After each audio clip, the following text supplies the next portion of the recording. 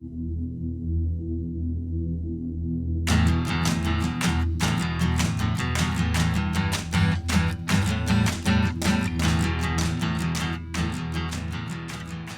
on literally dozens and dozens of movies, TV shows.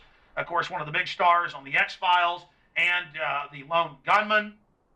And he's making a documentary called The Truth Is Out There. I was down in LA, so you guys came, and then we went to that dive bar.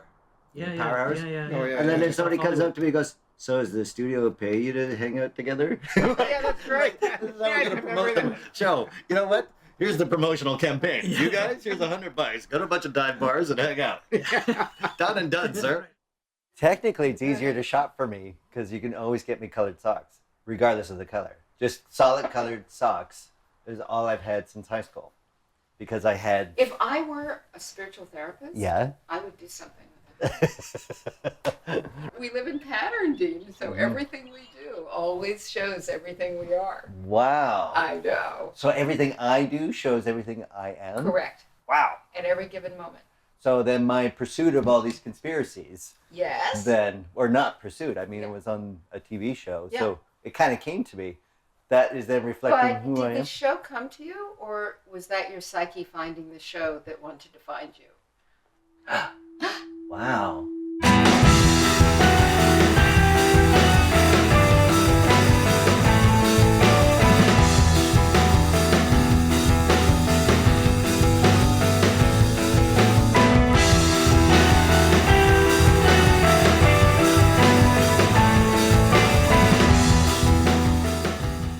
Greatest, the funniest of all of them.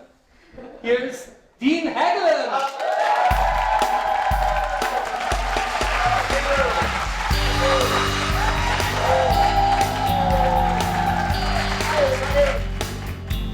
Watch your step off the curb. I was with an improv comedy group called Vancouver Theatre Sports League. 35 to 40 improvisers that would play improv games against each other. That was wildly successful in this town. It had an operating budget of about $1.7 million. So every time I need the next word in the sentence, I will tap you on the shoulder. So for instance, I'll say, "Boy, I'm hungry. I'm gonna go to the fridge and have a Sandwich. A sandwich, that's right. The joy of improv is that you kind of say yes to everything. There's no blocking and no wimping. The only way to kill a cockroach is by Autoerotic asphyxiation. autoerotic asphyxiation.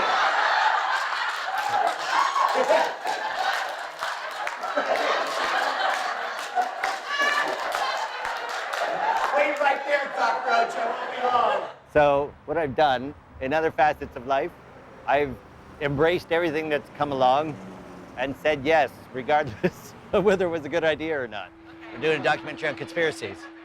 They start here. Hi, look it. This is month 1 of a 15-month odyssey. Mila. Akasha. Akasha, come on. This is my nephew, Mark. This is Mark's last day in Los Angeles. For today at 2 a.m.? Yeah, 3 a.m. 2 or 3 a.m. Yeah, you are flying to Lima, Peru. Yeah. For 6 months. And where's the Sacred Valley? It sort of encompasses a whole area around Cusco. Uh-huh. It Is Machu Picchu and... includes Machu Picchu and a couple other ruins in the area. And why are you going? Learning Spanish, volunteering, and connecting with curanderos, or a shaman in the area. And she's just gonna teach me about the master plant ayahuasca. Basically, there's a chemical in it, DMT, or like dimethyltryptamine, that your pineal gland actually secretes in near-death experiences. So it's a full... Holy crap. Yeah. Are you kidding me? No. I've heard it referred to as like 10 years of psychotherapy in a 8-hour, blast of super intense. That is awesome. When sort of asked by different anthropologists and stuff, like, so how'd you figure out mix the grass with the vine to get this to go or whatever? And they're like, well, we just asked it. Welcome. DragonCon 2009, welcome to Atlanta. I'm not even in this shot. Hey, hello, I'm over here. Hey, Dick one. I'm looking at the view. Here I am. Hi, welcome to Atlanta. It's over there.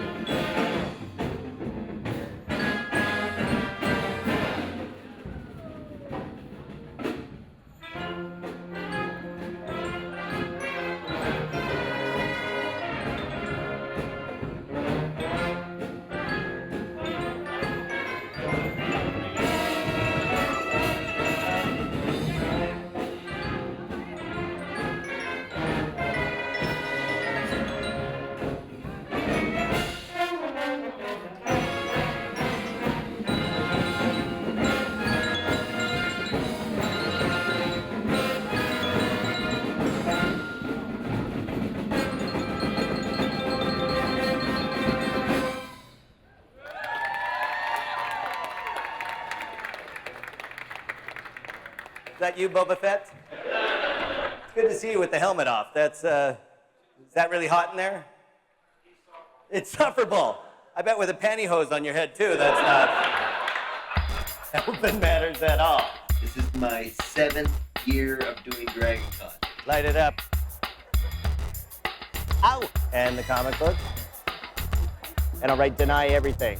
Hello, Dean. Hello, How's George. it going, big boy? Spectacularly. So How are this you? is not awkward at all, walking around all weekend with a documentary film crew in your pants, is it? Not at all. We're now going down. Good, man. How are you? Hey. Nice to see you again. Yeah, you too. Hey, man. If you remember me. Yeah. Seen you at San Diego Comic-Con a couple of times. That's right. Ray, did I blink? Hi, everybody. It's Saturday night at Dragon Con. There's a party on every floor. We are about to go visit some of these parties. Any floor, any door you see open, any one of the 3 hotels. You're most welcome, unless it needs an invite. I'm Dean Haglin from the X-Files. Perhaps you remember me. I had long hair Are and you the glasses. geek guy? Yeah, yeah, I'm the geek guy. So this is my room.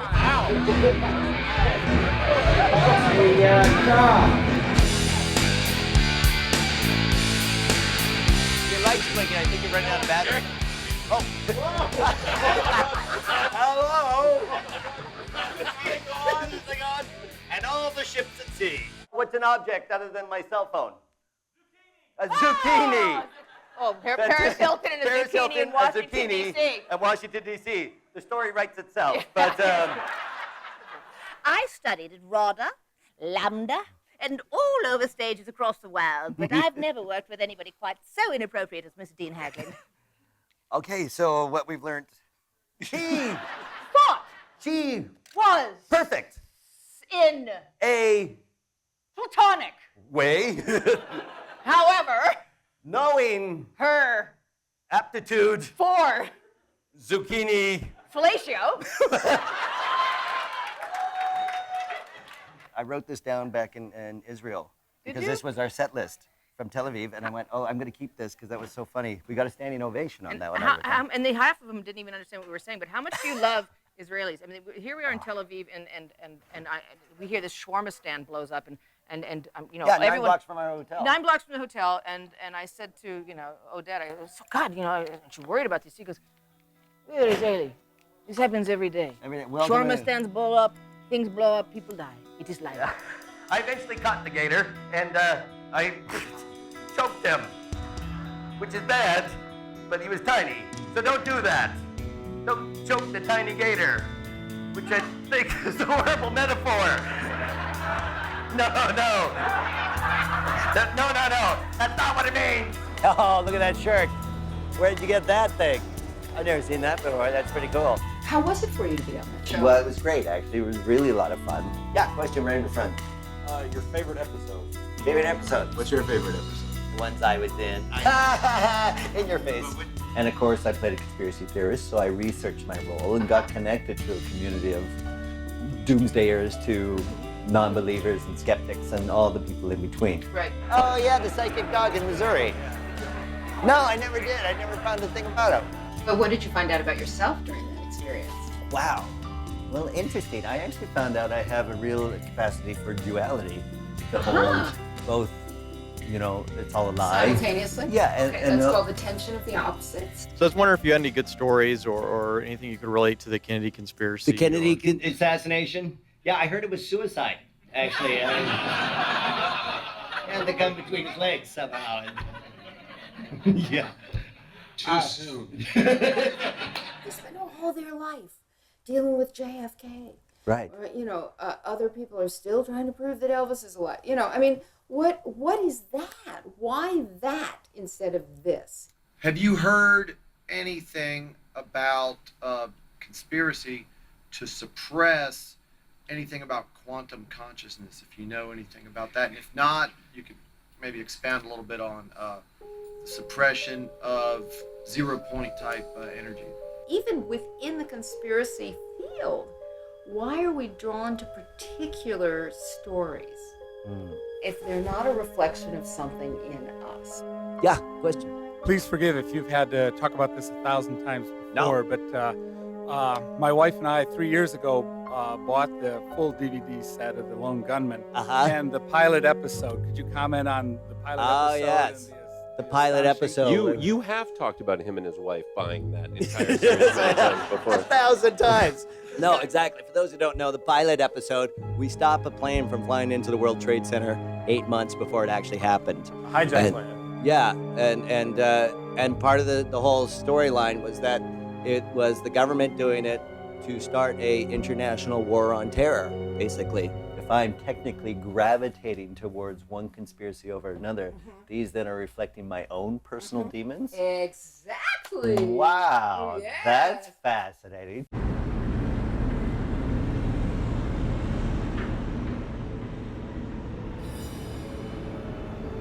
Hey, Gary Dean. Dean Nice to Haglund. meet you. I was just wondering, I know the K2 meter, but then what does yours do? This is the Mel meter. What happens is, in a paranormal environment, Yeah. you may encounter a situation where you have EMF, but you also have temperature change. Temperature Cold changes. spots. Yeah, exactly. Right? You know, this is also where we shot an X-Files episode, and the crew had to stay here, and the crew had ghost-like experiences, so they gave me this room, and I get in that room, and my God, I creeped out. I actually left the ship. The feeling was cold and clammy. There was nothing you could do to warm up in that room, even though it's only like 10 feet square. You're looking at the TV and you're going, I'm having trouble seeing that TV clearly. Like, there's some haze in here. There's something in this room just creeping the hell out of me. Yeah. Here you see some of the problems going on. Oh. You have a lot of this. The boats, actually. Remember, I always loved you.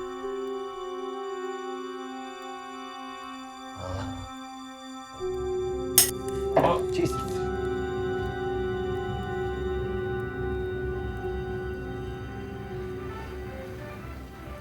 Oh, it's 1920s music.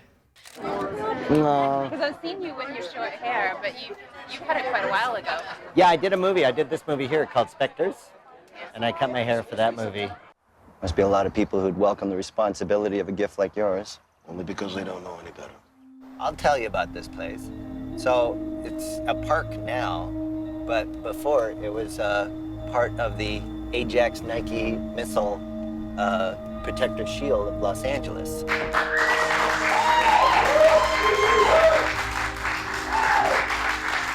Good evening. There were 6 of us.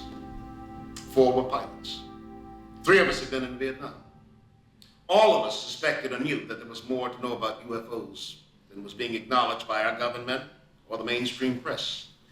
So in late November of 1991, we drove to Rachel, Nevada, a tiny town north of Las Vegas, to see for ourselves.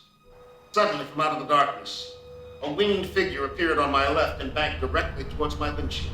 At the last possible moment, it veered and flew over the roof of my car. It was huge. And I suddenly realized, as my heart retraced its steps, that it must have been an owl. I was now very alert. And I remained that way until we left the blacktop and drove along a rutted dirt road to join the camper parked atop a mesa, just outside a ring of mountains that encircle Nellis Air Force Base, Area 51, Dreamland. Whatever you choose to call it, this is Mecca for those who have seen the light. My understanding is that you can't get within miles today of Yeah. where we were in 1991, simply because the Air Force has appropriated hundreds of thousands of acres. But when we were there, we engaged both the Nevada state troopers and the Air Force police, but they allowed us to stay there, and we were just behind the rim. As if on cue, from within the circle of mountains, a light slowly rose up and above the peaks and hung there in the night. The light was yellowish white, and its intensity and hue varied with its movement. It was perfectly silent throughout the experience. How are you not motivated then to share this information of what you know or you know? Well, I think there's a difference between empirical, verifiable evidence, other than, I didn't have a video camera with me in 1991. Yeah. I have it imprinted on my brain cells. After simply hanging there, poised, suspended for a few moments, it began graceful and leisurely and rather unlikely maneuvers, first floating up and around and down, almost like a feather. What we saw has been documented in many, many articles. I mean, it's not a big secret. People have seen these for years. And as I remembered to breathe again, and thank my lucky stars for my good fortune, it moved once more and forever changed my belief systems. The behavior, the movement, the patterns were essentially like taking something out for a test drive. Can you remember past eye exams, that test where you sit with your chin in a cup, one eye covered, and you face a small screen, and you're supposed to push a button every time you see a light in the periphery of your vision, and that light flickers on and off at 2 o'clock, 7 o'clock, 5 o'clock? In its own way, that's what happened with the light, but it traveled across the entire sky. They don't move through the fabric of space. They get out of space. It was here, and then it was there. It didn't speed up or slow down. It just disappeared and then reappeared someplace else. We're two fish right now, and we're gonna wag our tails and swim to the other side. But the water's gonna push on you, which makes you heavier. And the faster you go, the more that water's gonna push on you. Right. That's basically Einstein. The faster you go when you start approaching the speed of light, you never actually get there because what you're pushing against, its mass increases your mass almost equal to it, and you're moving all of space at that velocity. So how do I get out of space? How do you get out of space? Just like the fish got out of the water, and you can now fly across the water way faster. Somebody figured out how to get out of space. Who did? Well, we're two fish under the water, right? No, I thought you meant a scientist actually. No, I mean the aliens did. Oh, I see. And they don't move through space. Right. And that's why you don't see like an ocean liner UFO. It's coming, it's flying past Jupiter now, and we can calculate when it's going to arrive at Earth.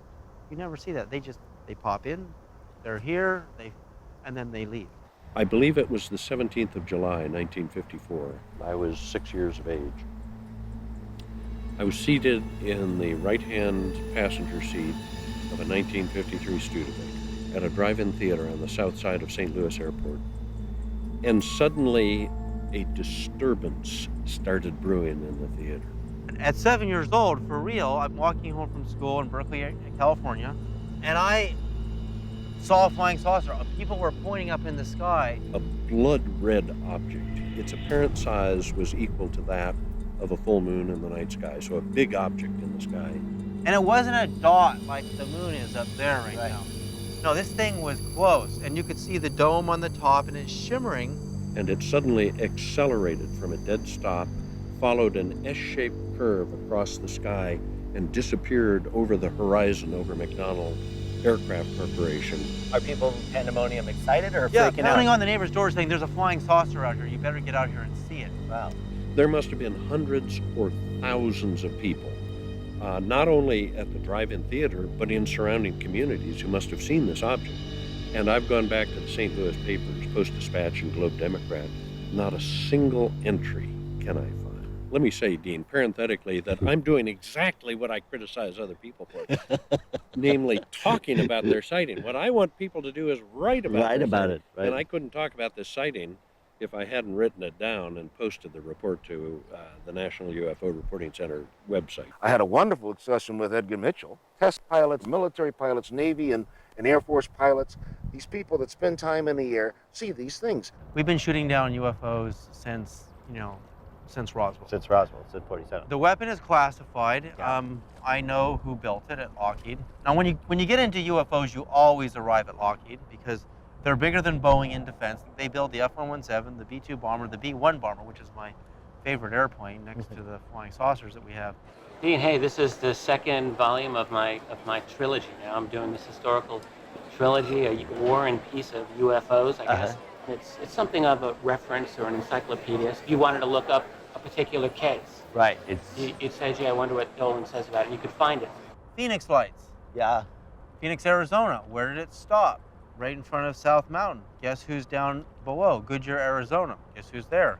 Lockheed Martin. Oh. There were not fewer than 5 objects over downtown Phoenix or surrounding areas on the 13th of March, 1997. The governor of that state, Fife Symington, saw one of them. For 10 years, he remained silent. It's very difficult to forgive that kind of behavior. Gravity, regardless of weight, everything falls at the same speed. Exactly. But these north-north magnets, when you drop it 60 feet or higher, fall slower. What they do next at Lockheed is they say, okay, if that canceled out a little bit of gravity at only 60 feet, what happens if I drive nuclear-powered electromagnets with a lot of electricity and force them into each other? Right. That's how we do it. That's how we do it. So we do a high electrical field and super electrical electromagnets that are in reverse poles. That are opposite, same like poles, like poles. That's right. But there's a lot of radiation, so that's why whenever you see these cases, like the Betty Cash case in Texas, where Lockheed is, the people all got radiation burns. 13 years ago, I was contacted by people inside the U.S. government. They said 3 things. They said, number 1, we know that UFOs are real. A guy in Texas with his little dog running around, and this freaking flying saucer's right. You can see it through the fence in the backyard, and it's in the neighborhood. It's right there, and it's big. Number 2, they said that we know that UFOs are what they appear to be, namely sophisticated craft under intelligent control. Well, guess what happened? The guy's dog died 2 days later from radiation burns, and the guy and his whole family got really sick from radiation burns. Texas. Lockheed Martin. Lockheed Martin. And number 3, they said, we in the halls of government are somewhat worried about these things. They said, now you have posted material to your website that we find particularly interesting. A majority of the UFOs reported then sound like they're our own experimental. Okay, let's go to Stephenville. And a mystery in the sky has a small Texas town buzzing. Residents there report seeing what they believe to be a UFO. Big triangle. Farmers saw this thing, massive. Yeah. Now it's being escorted by fighter jets, which are Lockheed. Right. F-16s, right? And it's not shooting at it. Right. If we really thought they were aliens and it was a mile-wide ship, wouldn't we shoot it down so we could meet them? Right. They didn't shoot it, which means it's ours. They were interested in those cases that allegedly would place a UFO in proximity to a commercial aircraft. This was 9 months after TWA 800 had gone down in July of '96. Really, O'Hare in late '06 triggered it, as I see it. This amazing upsurge in news coverage on the topic. A disc-shaped, metallic-appearing object had hovered over gate C-17 for at least 2 minutes that we can document. Pilot saw it. People saw it. The Pilot, first officer. Air traffic controllers. Possibly the air traffic controllers. Oh, I thought one came forward. No? I'm not sure. I have to disguise a little of the evidence we have because Okay. it could cost a person his job. The consensus is generally, if you can avoid reporting something, you do that, because the bureaucracy, the paperwork, the medical things, you go on, you're put on hold, you're suspended for a week or 2 or whatever.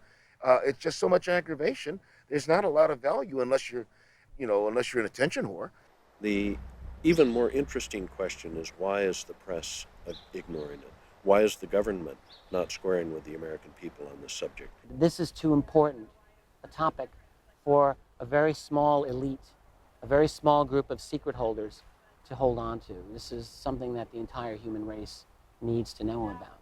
There's a great number of people dedicated to debunking and misdirecting and invalidating. I mean, so many mainstream scientists are very, very wary of speaking about things like this because you can lose your credibility, you can lose your funding. The one thing you don't want to do on this planet is become a UFO investigator.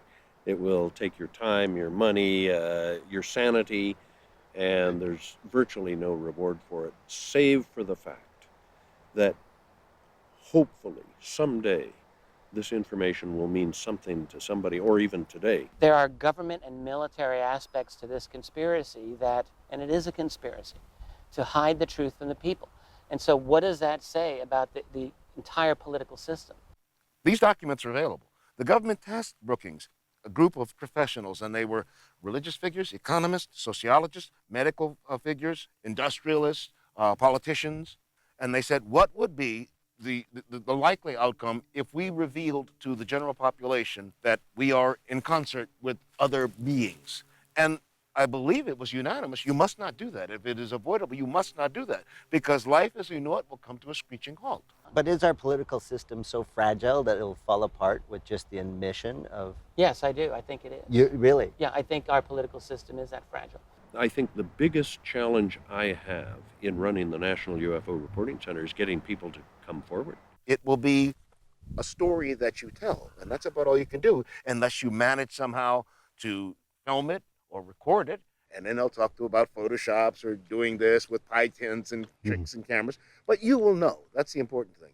And at some point, that certainty is enough. I don't need to have you understand or agree with me or believe. It doesn't matter to me. I know what I know. Just as I know what I know about war and combat. I can try to articulate it to you, but if you haven't been under fire, if you haven't taken lives and seen lives taken, it's an abstraction to you. The American people are going to have to reassert their claim to this information that their government has available to it, and demand that these people open the file drawers, if you will, so we can have access to that information in those file folders, speaking figuratively, of course. Do you see that coming? No. Our government might very well want to quiet you down. They might very well want to quiet you down. What is the value of running around like Chicken Little saying, hey, here I am? But isn't there some sort of personal responsibility that once you have knowledge of this? No, because my experience may well not be your experience. My reality is my reality. Your experience is what you believe. Right. And some people don't even believe what they experience. There's that. Right. They're like, for example, when the Indians first saw the first ships, they didn't even see them because they didn't recognize the symbol of what that was. Right. Magellan had to take them out in the boat until they touched it. Look, yeah, this is something new. Right. I was worried about this UFO thing they were talking about doing in Florida, because I was looking at the list of people, and I know a lot of the names. So I'm going, well, these guys are true believers, that UFOs are aliens from another planet, other planets, and things like that. And I'm thinking, I'm going to be nice to them and all, but it's going to be difficult for at some point the conversation is going to stop with, well, I don't really believe what you believe. And then what do we say to each other? Sure is nice weather down here in Florida. You could not tell me what I would be telling you. I would not accept it. I would never have believed what I saw in a million years if somebody told me. I don't care if you're a priest or a relative or it's someone I intimately trusted. You have to see it. Right. And then it's an epiphany. But unless you see it, you're accepting it on faith. I mean, there's a difference between someone to whom God has spoken and someone who's raised in the church and has a faith and prays every day. But to the person that God has spoken, there's no doubt about it. He's had firsthand experience with Area 51, all sorts of top secret stuff, and yet doesn't feel compelled to have the responsibility to share that. No, I don't feel a responsibility to do anything other than to remind people that their life is short and they should enjoy it and not piss it away. I have a responsibility to do that only because I know that. Right. And a lot of people tend to forget it or never knew it. I was shocked to find he didn't feel compelled to reveal Why were you that. shocked? Well, I would think that if anybody has this information They should share the information. they should share the information. But that's your path. That's not everybody's path. That night, I took up my vigil once again in sleeping bag. It was bitterly cold, below 40 degrees, but the sky was crystal clear. And only one thing happened that night. As I lay back, remembering the names of the sharply defined constellations above, the stars suddenly disappeared. And as I rose in fear, the stars reappeared. And I defined the shape like a huge manta ray cruising along the ocean floor. That of a gliding, hunting owl. But you don't believe there's any other alien life forms out in the universe? Yeah, I don't think they're in giant saucer-shaped spaceships flying around Earth and doing so what are those things? I'd seen 0 owls in 40 years. And within 24 hours, I'd had encounters with 2. Presumably different owls, but who knows? I would go in for the Jungian thing of them being an expression of some sort of cultural, collective unconscious kind of thing. Really? I discovered Jung's description of what are called screen memories. They are a protective device of our minds when faced with anomalous or upsetting images. And apparently, for whatever reason, owls tend to be a rather common screen memory, particularly for other entities, other beings. But what those owls represented to me, I have yet to remember.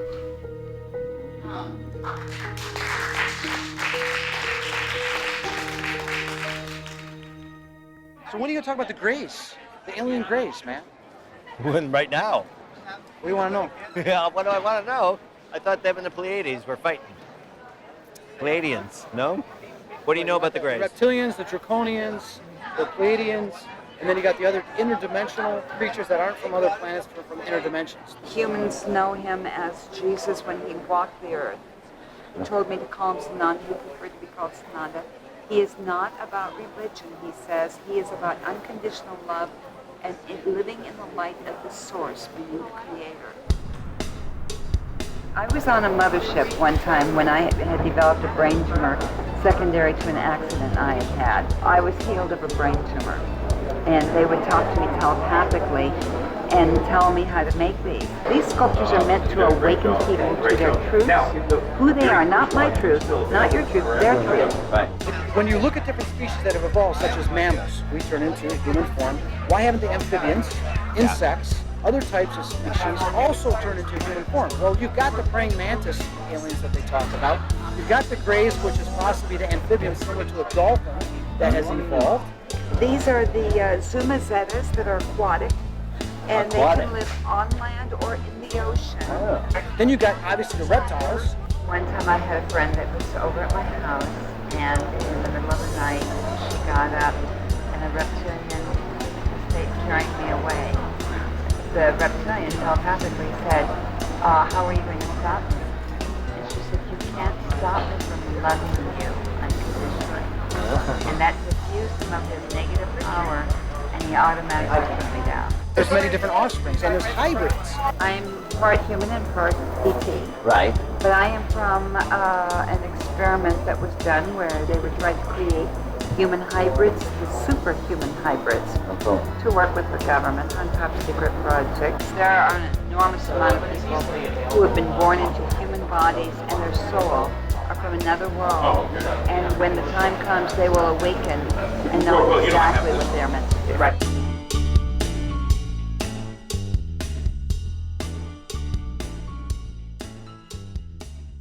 I went up a shaft of light and there were these angelic beings there, and I connected with them and we developed a conversation. We could communicate telepathically with them. Right.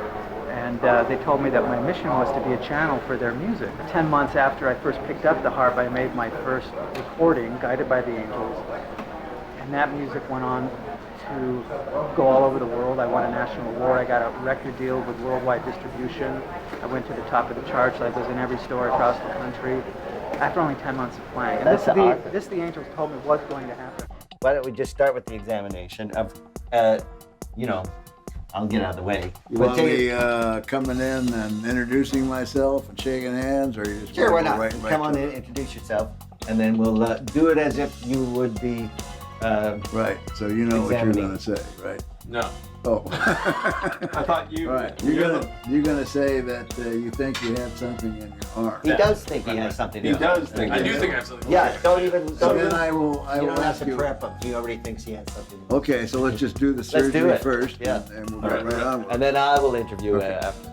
Then I'll ask you, well, do you have any idea exactly where it is? And then you'll point to a spot. And Yeah. I'll do a couple. Give him as if he was just a regular patient. Don't worry. Count me down. We're going. We're 3, 2, rolling. 1, go. Hi, I'm Dr. Lear. Lyle Scosi, pleasure. Thank Hi, you. Lyle. Thank you for seeing me. I feel a little lump here.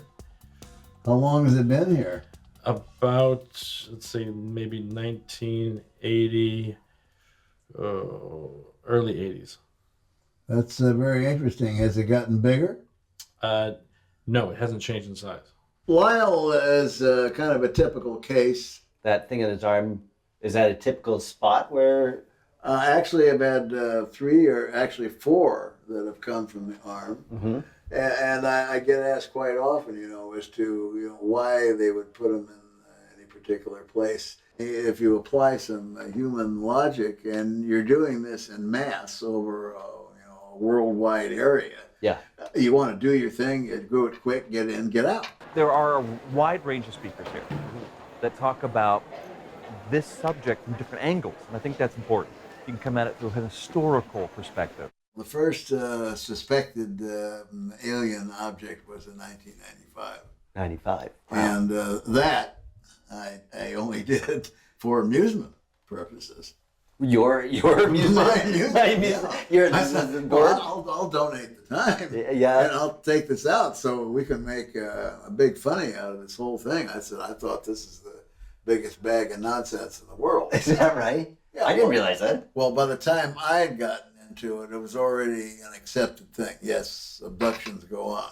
But again, back to my personal beliefs, it's still quite a stretch from somebody driving a machine in the atmosphere and abducting you, and on top of that, sticking something in your body which you had absolutely no memory of. Then when we finally clamped it and took out this thing, we said, my God, I've never seen anything like this. Here was this very strange T-shaped thing that was wrapped in this very tight, shiny, biological cocoon. And of course, we were very curious to see what was inside, So I picked up a scalpel blade and I tried to cut through it. Couldn't cut through it. The metals that come out of these individuals contain things like rare earth elements like iridium.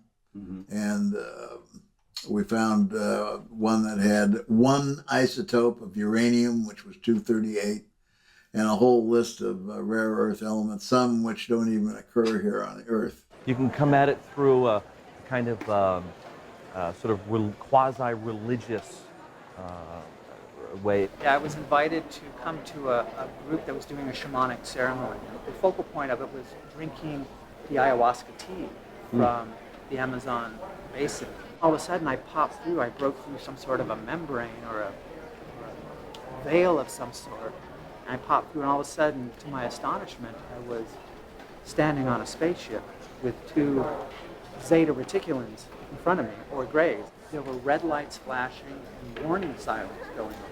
Like everything was on high alert. Red alert? Yeah, red alert. I was like, wow, what's going on here? Of course, one of the most startling things we found on this last case is that this biological coating that I was telling you about is not applied to the metal in any form. Really? It's growing out of the metal. If you could remanufacture this same material that this metal is exuding, you could wrap a kidney or a heart or any human organ, put it in the body, and the patient would never again have to take any anti-rejection medication because there is no rejection. There is no inflammation around these objects. An energetic blast or tsunami is heading our way right now, and it's coming at us faster than the speed of light, and it is going to arrive sometime around 2012. That's what they told me. We also know now that some of them put out radio frequencies. Oh, right. And that one of these radio frequencies we found was a deep space communication frequency. All these roads lead to the same place, which is that there is a power structure that is on this planet. It has been for a long time. Abduction is happening all over the world on a worldwide basis. And you have all these people describing basically the same entities, with little differences depending upon where you go. And then to find out that some of these people have objects in their body undoubtedly put in for some purpose. Now, whether or not there's a deep, dark boardroom of guys who meet to maintain it, that's a whole nother can of worms. Right. But the fact is that there is a power structure, and more of the world's power is falling into fewer and fewer hands. I was with Edgar Mitchell, the astronaut, in Washington, D.C. at the National Press Club. He's telling everybody that the crash at Roswell was a real extraterrestrial event with the crash of an extraterrestrial vehicle and its crew. He quotes the source of his information that says, high up within the Pentagon. I come up and I say, look, we've done surgeries on abductees, we've moved these objects, and here's what we got. About 20% of what he had to say got out on national television, and about 0% of what I had to say got out. Pretend that the president were to get on television and say the UFO phenomenon apparently is real and apparently is alien. Okay, well, there's a lot of follow-up questions here, aren't there? One will be, Sir? Are abductions real? Suddenly abductions don't sound so crazy. But another question will be, how have you been able to keep this secret for over 60 years? That's going to get into issues of media manipulation, political manipulation of our system, the manipulation of the academic community. Because whatever field of study you're in, there's always these suppressed or repressed truths that either was done by design or just done by knowledge filtering. It happens. It's just a way of things. And I was ultimately led to the work of a Dr. Paul Laviolette. He came up with a theory in 1983 about galactic superwave pulsations.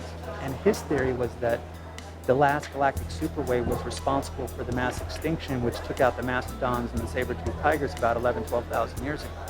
But he was able to go to Norway a few years back and drill into the ice cores. And they drilled down about 12,000 years ago, and sure enough, they found a radioactive isotope that is not from this planet. It's from off-planet, and it was in the ice. So this completely corroborated his theory. It's a very hopeful position, in fact.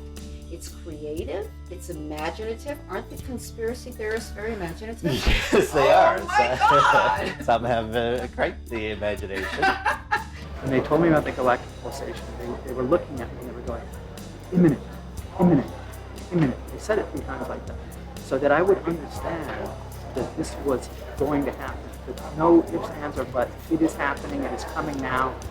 They told me the message was to abort the planet. Abort planet. The more out of control we feel personally, I think the more we it would be likely that the more tendency we'd have to go to a theory like that, which will explain the unexplainable.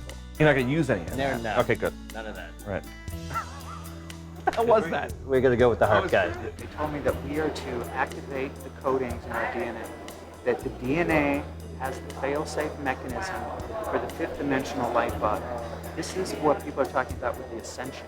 And they said that the secret lies in the DNA, it's in the genetics, that the Creator put it in there as a fail-safe mechanism for us at this particular moment in time, this pivotal moment in human evolution. Transition is underway. A transcendent transformation of the human race. Here's one of my very favorite people in the whole world, Bob Dean. You got to buy that book. I'm already on it. Hey, Bob, how are you? He's one of the finest historians of our time. The government Separates us. Keeps us fearful. Right. All of these things are manifestation of our own fear? Of course. Or of a larger, is there a larger? I get angry and I get frustrated. Because it looks to me like people are being manipulated to keep them on edge, to keep them fearful. You know, then their response is simply this, oh, save us, won't you please? Big government, do whatever you can, but save us. Oh, you get me started on that, I'll become profane. So you'll have to cut all this out. I fault religions, you see, for not teaching the people the essential truth. They teach dogma. They separate people. My God's better than your God. My book's better than your book. I have the truth, you don't. We have extraterrestrial intelligences that have been with us from the beginning of our history. They're nurturing us, they're encouraging us, they're prodding us, they're trying to assist this species to make this transition through its adolescence. Our children, our grandchildren, our great-grandchildren are all going to go to the stars. And that's where we came from, that's where we're going back. And that's our rightful place out there. I love these expos. I'm fascinated with knowledge and how much we don't know. And sometimes I even meet important people like Dean Hackman I met once. And, Really? Did you? Yeah, Wow. yeah, no, serious. I Did you did. get a picture? No, I didn't want a picture with him. Everybody's starting to get interested in the significance of hidden things. Yeah. You know, like what do the symbols of government mean, and why are these words and terms being used in federal government? How do you feel about that? It's an incredible story of how much the world does not know. I've always said that the reason why America has freedom of speech is because nobody knows anything. So if you don't know anything, yeah, go ahead and talk. Yeah, talk all you want because you don't know nothing anyway. But if you do know something and it is legitimately important, you're going to get whacked. You're going to jail. Or you're going to get visited 3 o'clock in the morning from federal agents. And the only hope that I see is if enough people like yourselves begin to communicate to others, you don't have to be politically correct. You don't have to think like a master would want you to think. Governments and institutions and educational and secret societies, fraternal orders, all of these organizations use their own in-house language. I use the idea graffiti on the wall. Yeah. Most people driving through see this as vandalism of a bunch of kids doing this. But I'm saying, no, I know. Those symbols mean something. Absolutely. And if you don't understand what those symbols mean, don't go driving through late at night. That's a That's gang, right. gang Exactly. territory, right? It's gang territory. When Obama is running for president, the symbols he was using, right. You better go back and look at those symbols and find out Yes, where they we really can. came from. Right. And then where Bush was in power, what those symbols meant to the secret societies of Europe.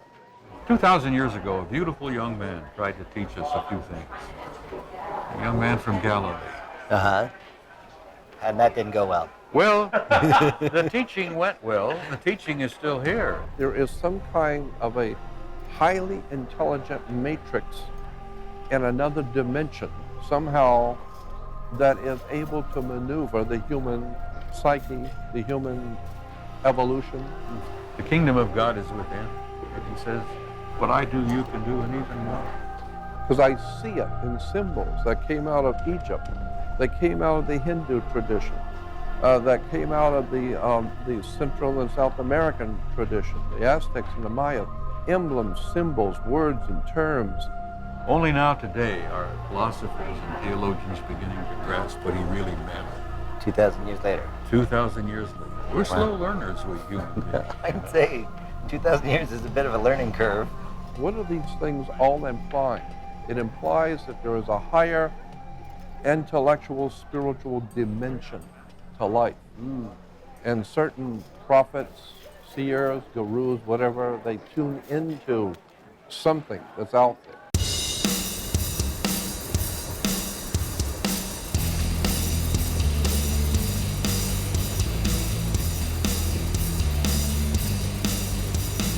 So we are going to different conventions and then having people, invariably they come up and tell me all about their conspiracies. Welcome, everyone. This is Berlin. We're at ex-con. This is the only remaining air raid shelter in Berlin, the last surviving one. Now a museum on the ground floor and a spooky, haunted, ghostly maze of fun and creepy excitement on the top floor. You can see, some of the buildings actually have bullet holes in them. He planned the attentat on Hitler. Right, Valkyrie, the movie, Yeah. Tom Cruise, the actual photo of the guy that Tom Cruise played. And frankly, it sort of looks like Tom Cruise, a little bit. More than, I would say, Bernheim looks like. If Tom Cruise played him, that would be bad casting. This, not bad casting. I love the lopsided beds. Hi, everyone. Welcome. This is Chill Pack Hollywood Hour. Yay! See how easy that is? Yes, thank you. Thank you. Now, your background, in addition to comedy, is also in dance, is it not? Well, yes. When You I have was formal dance training. in university, I took 3 years ballet and 4 years modern dance. Yes. Because I was in a late 80s punk band. Yeah. We were called Truncheon Scars. Huh? Whoa, That's awesome, isn't it? Yeah, we were like from the Canadian prairies. The lead singer worked in the Canadian military as a demolition expert. And so he started working with Radio Free El Salvador, and he had his own punk rock show. So he played Canadian punk bands. So it's a long story, but we think he personally blew up the general in the helicopter with Radio Free El Salvador. You've heard a lot of conspiracies on this tour you've been doing over the US, etc. And I guess you would have heard everything. Is there any favourite and like ridiculous, oh my God, did they just tell me this? I mean, just as a storyteller, I find this one enjoyable. The idea that there are certain filmmakers who have been set up as mouthpieces for the Illuminati, that they have been given access to certain information, that their careers have been set up, and they're sending out the information that the Illuminati wants us to have to either prepare us for things or to distract us from things. Hi, now we're at the Stasi prison. And of course, one of the people who is rumored to be among these is Chris Carter. In fact, Chris Carter said to me very early on in the series that he didn't want me going to science fiction conventions because he didn't want the X-Files attached to the phrase science fiction. He thought the X-Files was science probability. Was it Perry Farrell? Oh, yes. From the band Jane's Addiction and Porno for Pyros. Perry Farrell is a very large believer in extraterrestrial life. And in fact, he refused to play music for the X-Files compilation CD. He said because the X-Files popularized aliens, that it actually set back human-alien relations by 20 years. So just he would pick up the phone and go kill that guy and they would go and execute him? It's not so easy, but... No, more or less. There's no artwork, though. He didn't put pictures up? In the conference room, it's a painting of a building of a wall. Of the building of the wall, a painting of it. And that's them building the wall. Right before, yeah. Right, and they're helping children, is that the idea? Many accounts of people who have had something happen to them are shaped by the popular mythology of the time. When you are in an extraordinary circumstance, a lot of time you start to form a narrative, and it's based on sometimes movies and things that you've seen. These look like bugs, right? Yes. And that's my cameras in the tie. That's for the dogs. Yeah. So everyone had their own smell jar? Yes. Smell sample.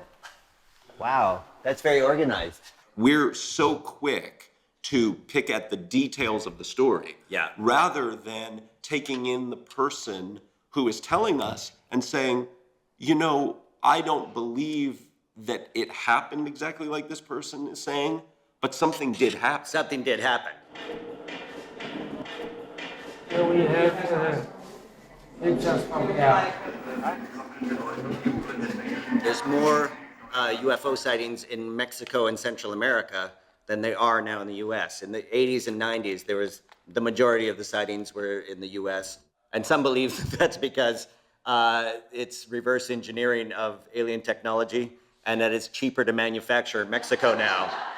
The swine flu Oh, is yes. another one of my favorite conspiracies. Isn't it? Who's You got know? swine flu? Did somebody have it here? Yes. I should stop kissing those pigs. But There is a lot we don't yet know about this outbreak, but we have been preparing as if we are facing a true pandemic. Dean would tell me, you know, right now the hotbed of UFO sightings is Mexico. And what's the first country that you can't visit because of the swine flu? It's Mexico. Really? Yeah. I didn't know that. That was, yeah. Oh, that's funny. If there were a conspiracy against you, Oh. what would be the tone of that? What would people be conspiring against you about? Well, I would imagine that it would be to quell full artistic expression in a rebellious nature. You know what people don't know? Even though they bought the comic book I drew called Why the Lone Gunman Was Canceled, they don't know that I am actually a painter and an artist, one of my enduring passions. What you're looking at here is the backsplash. We love the film noir aspect of being downtown Los Angeles. And what better way to celebrate it than a mural homage to film noir. Hence why Indemnity Street. Is that good? Come around this way. This way, Yeah. And now I want you to put your left foot and right foot over the eye. Over the eye. Yeah, I mean over on either side. You see, now you're in the left and right hemisphere.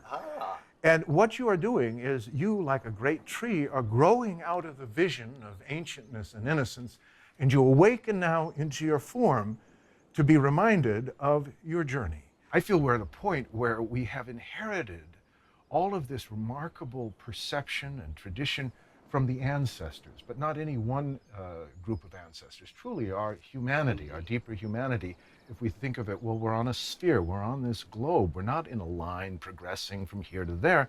We're literally starting to see that all of these different elements are interconnected. And more of that sense, I think, is a bit like connecting the synapses in the brain.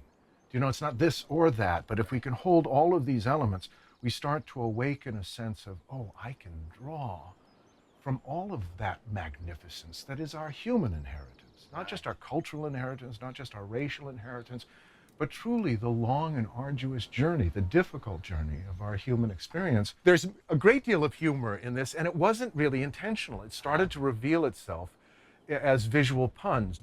The Egyptians and the Maya revered puns. The alchemists would say that the pun was essential to our knowing of things because when we pun, we create multiple meaning. Right. And that truth to be known cannot be a fixed thing.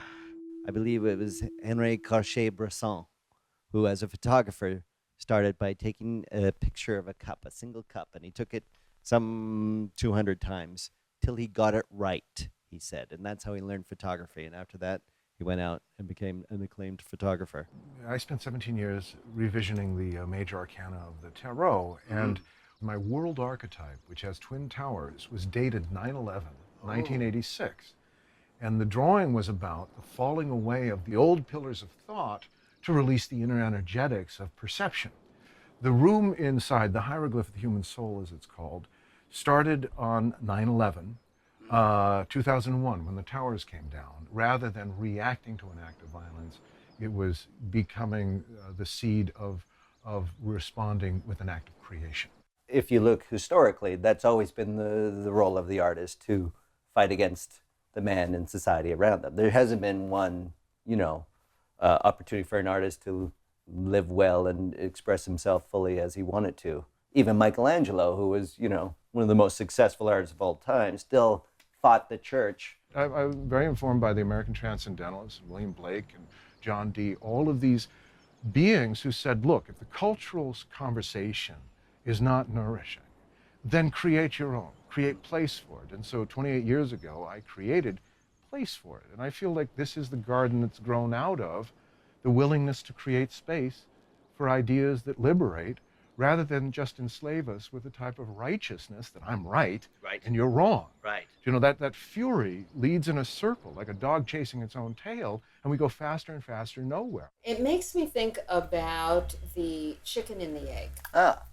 And the chicken and the egg, as I'm sure you know, the chicken has to peck its way out of the egg. We can't help it peck its way out. If we help it peck its way out, it dies. We truly have to awaken a 21st century sensibility. We've gone through postmodernism, deconstruction, conceptual art, but now it really is, give me creation. Give me the dark journey of not knowing again.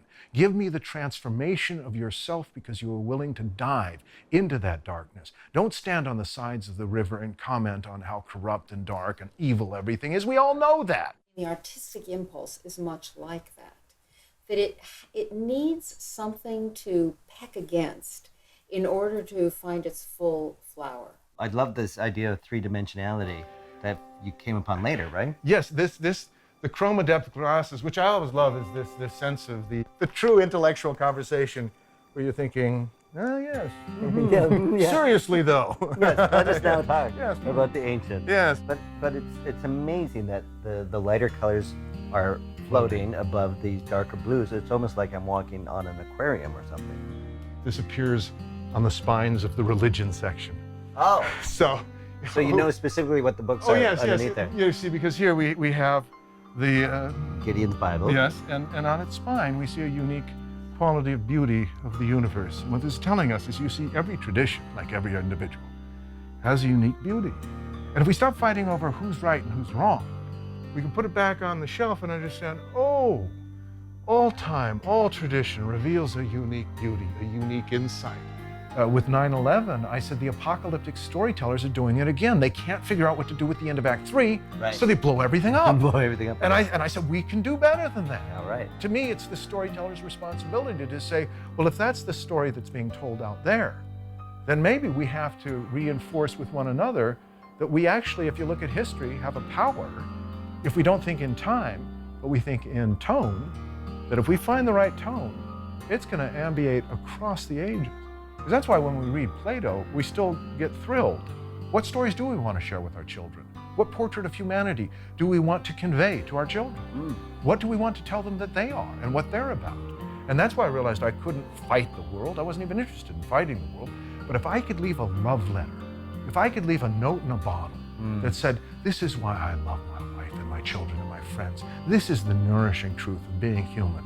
It's not convincing my neighbor. My neighbor has his own life. And if he treats his children well and his wife well, and I don't care what God or where he goes, because you know what? He's found something that is relevant. But I'm not going to lean over into his yard and tell him how to grow his garden. I'm Canadian. Born in Winnipeg, Manitoba. Actually outside of Winnipeg, a little town called Oakbank in the blistery colds. And now I live in Los Angeles. That's the United Artists Building. Mary Pickford. Her and her husband, Douglas Fairbanks, along with Charlie Chaplin and D.W. Griffith, left their studios and formed a artist collective called United Artists, where they would make their own movies and be their own distribution company. This building right over here is exactly where Harold Lloyd hung from the clock face in Safety Last. So this is why I love Los Angeles. The history of filming, that's United Artists, that's Harold Lloyd, and it still goes on today. It's all right here. How do we reconcile our past to our present and step into the future? So many of us live in our past because of pain, relationships, different things that we find really hard to let go, that we don't have an ability to live in the present and therefore make a good future. So that Yesterday Was a Lie is about this woman's journey to reconcile all of that. The film is a film noir shot in classic black and white, and it explores the blacks, whites, and grays of human relationships. And I just thought this is a brilliant concept and I want to support it. So I stepped in and said, damn it, I'll do it. And I produced the film. Wow. And it's been an incredibly empowering experience, but a very, very naked experience, frankly, in terms of realizing my own,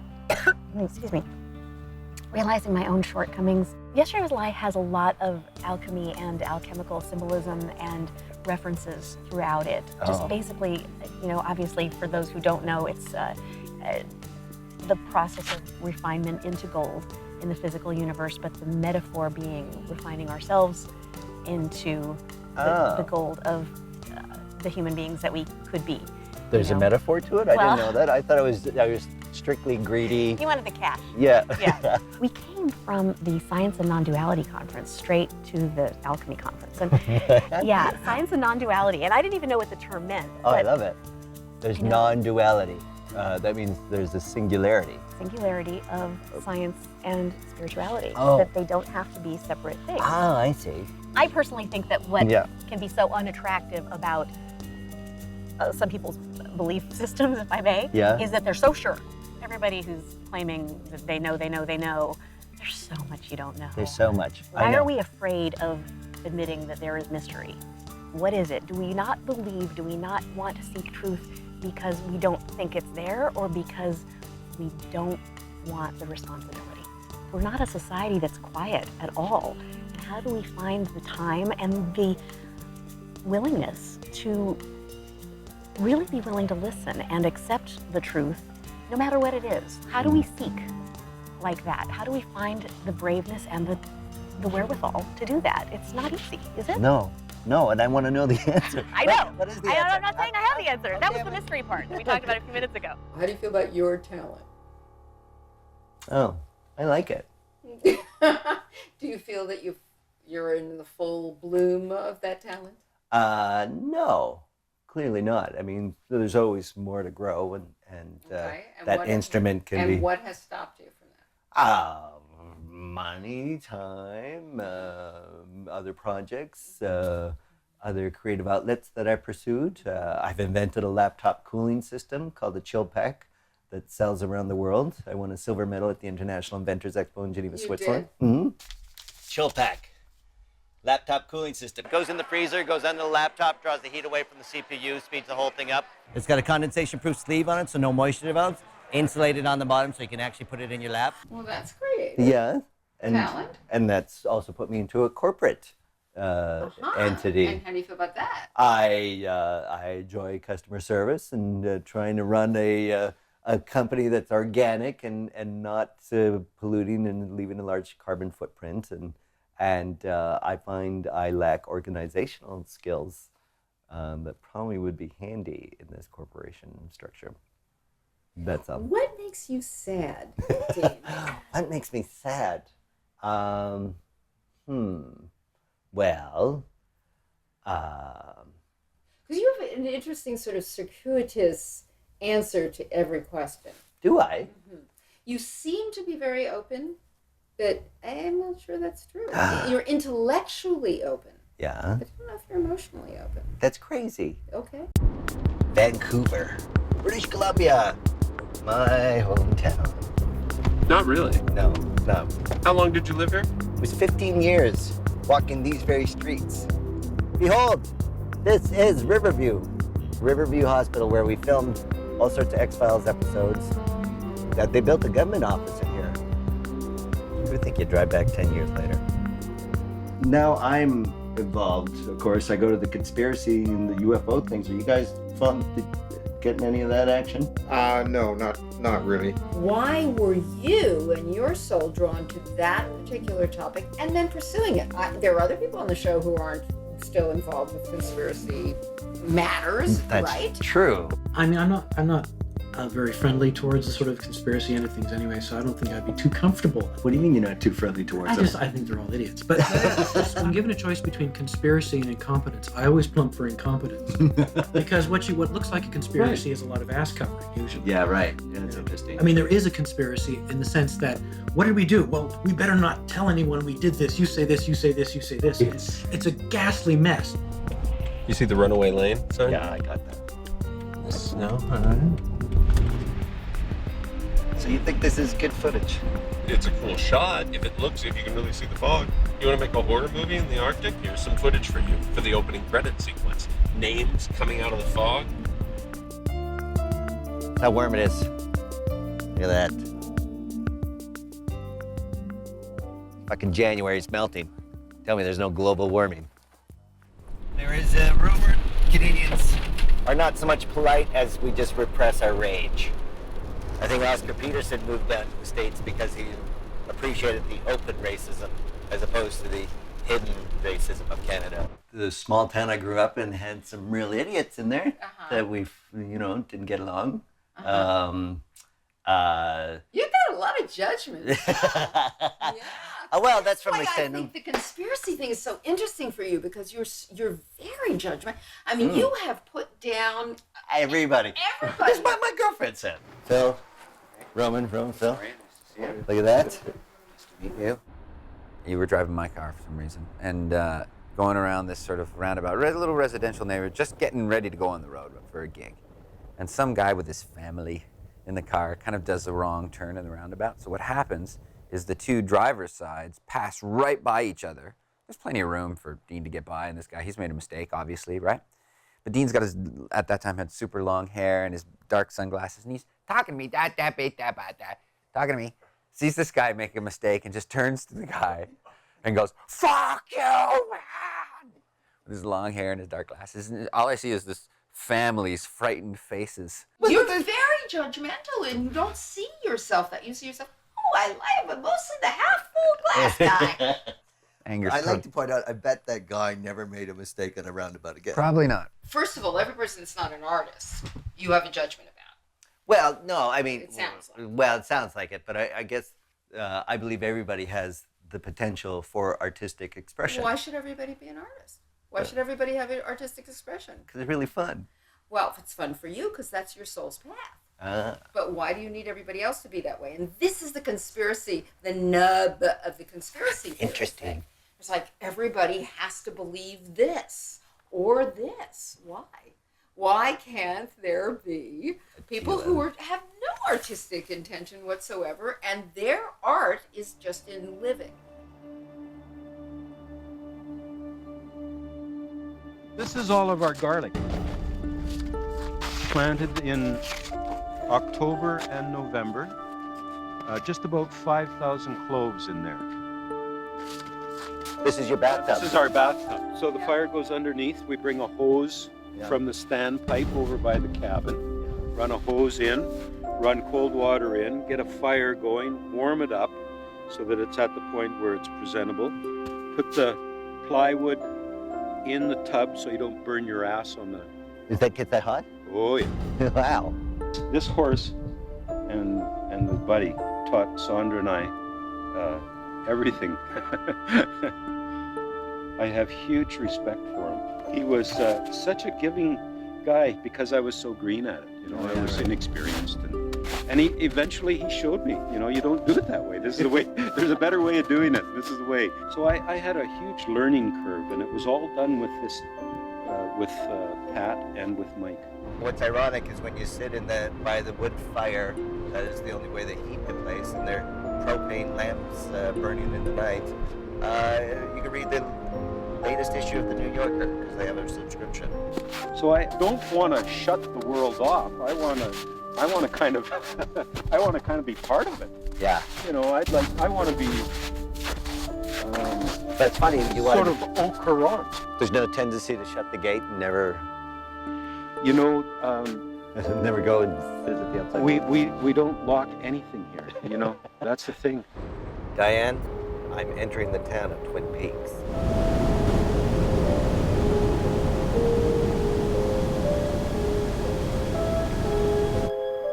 This is probably one of our biggest mysteries, the Roswell of the Northwest, but more accurately, it is the case that opened up modern day ufology. Kenneth Arnold's sighting, of course, is when media coined the term flying saucer. And this is actually debris? Yeah. You're asking, hey, we're on our way to Yakima. Are we going to see any UFOs anywhere? If we look towards Mount Adams, do you want to? When you think about it, you just projected that thought out there. Right. And there's someone out there picking up that thought. Picking up I that. really believe that because I have been with groups of people, and we have successfully either drawn or just let the veil go away, and there's UFOs. They're almost always out there. There is the Yakima firing range just south of there. That is a huge global listening, surveillance, military base. It's like the Northwest Area 51. Yeah. Right. That's so cool. We share the basement wall with what is considered the most haunted theater here in the Northwest. Have you seen a ghost here? I've actually, in this neighborhood, 2 years ago, half a torso of a man walk into a wall. This box is probably our most sophisticated device. K2 meter connect to a voice chip. Right. Along the veins of what Thomas Alva Edison was trying to do, communicate to death. This is simply a voice box, a courtesy voice box to the other side. Oh, I tried to track ghosts in Galveston, so... How'd that work out? Actually, we saw one. Did you really? It was a lady that stood at the window, and all the people that drove by typically saw her. They just didn't know if they were seeing a ghost. See how easy it is to make the leap into UFOs are real, ETs are real, they've been visiting us because, that was just sort of within my lifestyle. Washington State has had several crop circles. One of them we think is truly mysterious. It's very detailed and very precise. Yeah. And I've interviewed folks that have gone yearly to the crop circles, and I think that in and of itself is an amazing phenomenon that got such very little, coverage. We should be covering it every summer when it's happening. One Sunday, I got up and I had the paper and I looked, and it was the first time I'd seen a crop formation, and I had that real feeling that I had to go and see it. And a big flock of geese came across, and when they got to it, they went like this. as though they did an invisible brick wall, fluttered, separated, went round it. Here we are in Stonehenge, home to many crop circles. There are about 200 of these every year. Every year. When they first started, they were circles, and there were circles within circles. The Aborigines, when they want to know if there's any water in their little well or whatever it is, they will draw in white, because they paint their faces with the white and everything. And they used to do a circle on a rock, and then a circle within a circle. And the more circles they had, the more water was ahead. Well, I'm thinking, is there anything connected with water? A lake in Andover went empty overnight. A guy walking his dog said, I saw this orange glow over the lake, and there was something going round like that, and the water disappeared. The hay baler. So here we are at Stonehenge. These Americans went up and flew right round Stonehenge, and they're looking, you know, and absorbing, taking pictures and everything like that, and fly back to Thruxton. And it takes about 3/4 of an hour to get another load of people and bring them back. Right. And the next time they came back, which was in 45 minutes, this was here. It wasn't when the first lot went out. So what did you learn about yourself? Wow, this is what I'm thinking now that you said that. If there's a personal demon, what conspiracies am I really enjoying? I'll tell you how you discover them. Okay. Okay. The ones that make you crazy. Hi, everybody. Here we are, Casa de Fruta, on our journey of 1,000 miles. We're going mad. Well, you know what's got me crazy? What? You know when you buy an apple and there's a little sticker on it now, every piece of fruit? This whole conglomerate corporatization of our foodstuffs. The genetically modified food. 85% of our corn and 90% of our soy is genetically modified. And when you do that, you alter fertility in the animals. For instance, hogs that have fed this genetically modified corn become infertile. As I recall, the story had something to do with the salesman that came to this beautiful little village where everything was beautiful, the sun was shining, and life was free and easy. But this guy, the salesman, came and he was selling oil lamps. 2 out of 3 children are fat. And why are they fat? Well, because they're drinking diet drinks. And what do they put in the diet drinks? Aspartame. And of course, aspartame produces pathological obesity in animals. They know this. So it's not that it's reducing calories, it's the actual changing. Because they're taking aspartame that poisons the metabolic system in our bodies. What do we need oil lamps for? The sun is out and we can see. So, yeah, but you need to see at night, don't you? And besides, even in the daytime, sometimes it gets cloudy and you could use extra light. So he sold the oil lamps because it was a means of improving upon nature. MSG is very similar to aspartame. Basically, it destroys brain tissue and leads to multiple sclerosis. Sure enough, the oil lamps did improve upon nature in some ways, but the trouble is it produced black smoke. If you're looking on the labels, they don't call it MSG, they call it natural food flavoring. The more lamps they used to improve on nature, the more black smoke that was produced, and then nature stopped working. There are just so many things in our food supply that, for instance, soy products. Soy products are not good for you in large amounts. Finally, they were left totally dependent upon the salesman because they had to buy all of these lamps because the sky was filled with black soot, and now they couldn't live in nature anymore. It was an allegory like Fantastic. that. Yeah, never had anything like that taught to me. Well, it was always collectivism, that government is here to improve upon things, that nature is not good enough. There are studies that show you double the incidence of cancer of the prostate by drinking milk. You double or triple the incidence of carcinoma of the breast if women drink large sums of milk, especially if they're drinking this milk that is made from cows that have been given this recombinant bovine growth hormone. Let me ask you a personal question. Yes. Then. What did you have for breakfast this morning? I had a grapefruit. A grapefruit. That's all I have. And where did that grapefruit, did you know where it came from? No, but I think this grapefruit is probably fairly safe for eating fruits and vegetables. And certainly you wash them off. Most of these are all right. You'd be surprised at how many people out there who are getting sick from water don't realize it's the water that's making them sick.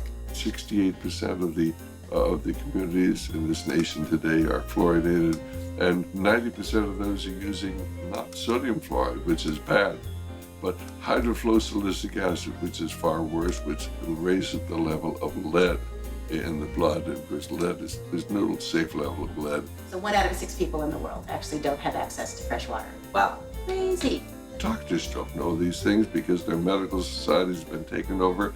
Dentists don't know these things because their societies have been taken over, and they're using the medical doctors and the dentists of this nation to recommend so many things that are harmful to our health, like the vaccines with mercury in them. Orthodox medicine looks at the tumor and says, that's the cancer, let's get rid of it. So they're going to cut it out, poison it, or radiate it, and they look at it, it's gone, we got the cancer. And never once did they think, why did the cancer grow there in the first place? So 9 chances out of 10, you get the tumor, madam, sorry to tell you, your cancer has come back. Today in the United States, 1 out of every 6 children has a learning disability or a neurodevelopmental abnormality. 1 in 9 children has asthma. 1 in 11 or 12 children has severe allergies. 1 in every 60 boys has autism, and 1 in 190 to 100 children is autistic.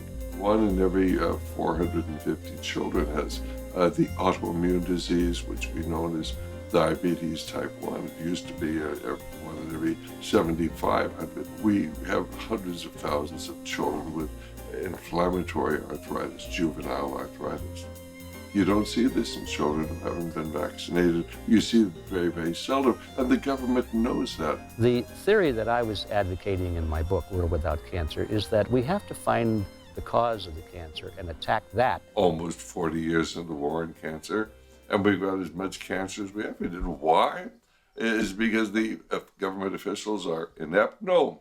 Cancer really is not something that happens to us. It's not caused by something. It's caused by the lack of something. It's a deficiency disorder. Lots of war on cancer, and you get more cancer. You watch a war on terrorism, you get more terrorism. Right. And lots of war on poverty, you get more poverty. And what are the American people going to wake up and realize? We're not trying to solve the problems, we're trying to create them. And if anybody thinks that wars are fought over like religion or like principles, no, it's resources. There are certain places in the world where cancer is almost unheard of. And in every case, when you examine the native diet of those people, it's loaded with amygdalin.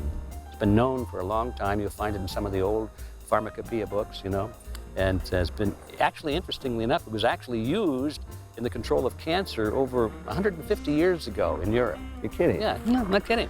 But it just buried, nobody thought anything much about it because you can't patent it, you see. It's found in nature. And we're living in a society today where medicines are patented. If you don't have a patent, you can't make any money on it. Apricot seeds, peach seeds, plum seeds, cherry bits, if you can crack them open, lots of luck. I mean, that's a lot of work to get just a little bit. Right. But apple seeds are a good source. Don't they also have arsenic in apple seeds? Oh, they have cyanide in them. Cyanide. And there's the scare word. It's got cyanide and glucose and the benzaldehyde. It's a 3-component molecule. And in that form, it's not toxic at all. In fact, it's good for you. The question is, what breaks that molecule apart and releases the cyanide? Now, that's what you've got to be interested in. Yeah. Just releases the pure cyanide. Well, it turns out that there is a substance that does exactly that, and it's an enzyme.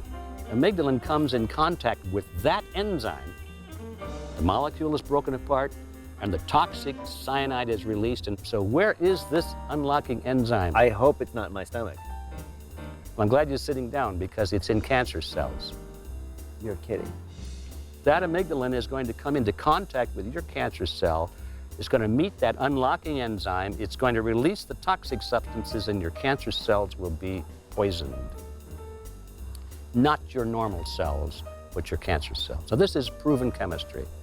It's exactly what they keep saying in the pharmaceutical industry that they're looking for. Something that's specific against cancer cells. And there it is. It's in nature. grows on trees. I actually was a singer-songwriter in New York City and a preschool teacher in the daytime. Cool. And I had a class across the street from the World Trade Center. So on September 11th, on Tuesday, September 11th, I was actually supposed to be in the building. To me, I was kind of look where the inspiration is and where there's tragedy, because there always is something. And my choice was to see the world as coming together. I had been taught in school that the United Nations was our last best hope for peace. And it was a means of establishing a universal brotherhood. And it was the means of working out our differences and our problems in the absence of war and all of these things. How could anybody say anything negative about the United Nations? It's not like the American system was supposed to be, where the government obeys the people and serves the people. This was the other way around. The people would serve the government because it would be in their best interest to do so. I had learned how to do some really simple water technologies that you could build, teach people in local villages how to build. And I then won an award from Queen Latifah and CoverGirl for women who are changing the world through music. I got a $10,000 award, and I said, okay, here's our money to start our water projects.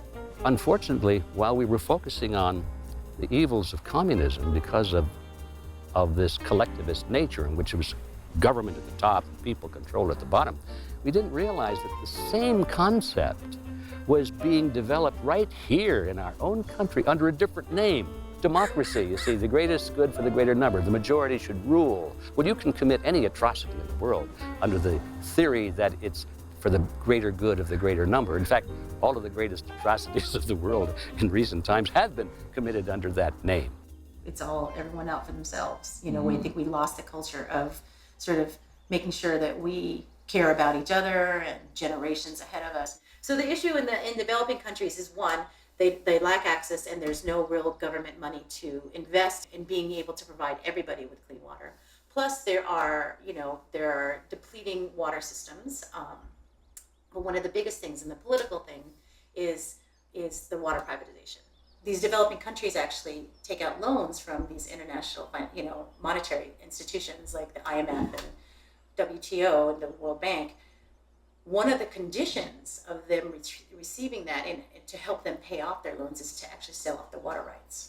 And that's how all the privatization happens. And you don't just see that in the developing world, you actually see that in the United States too.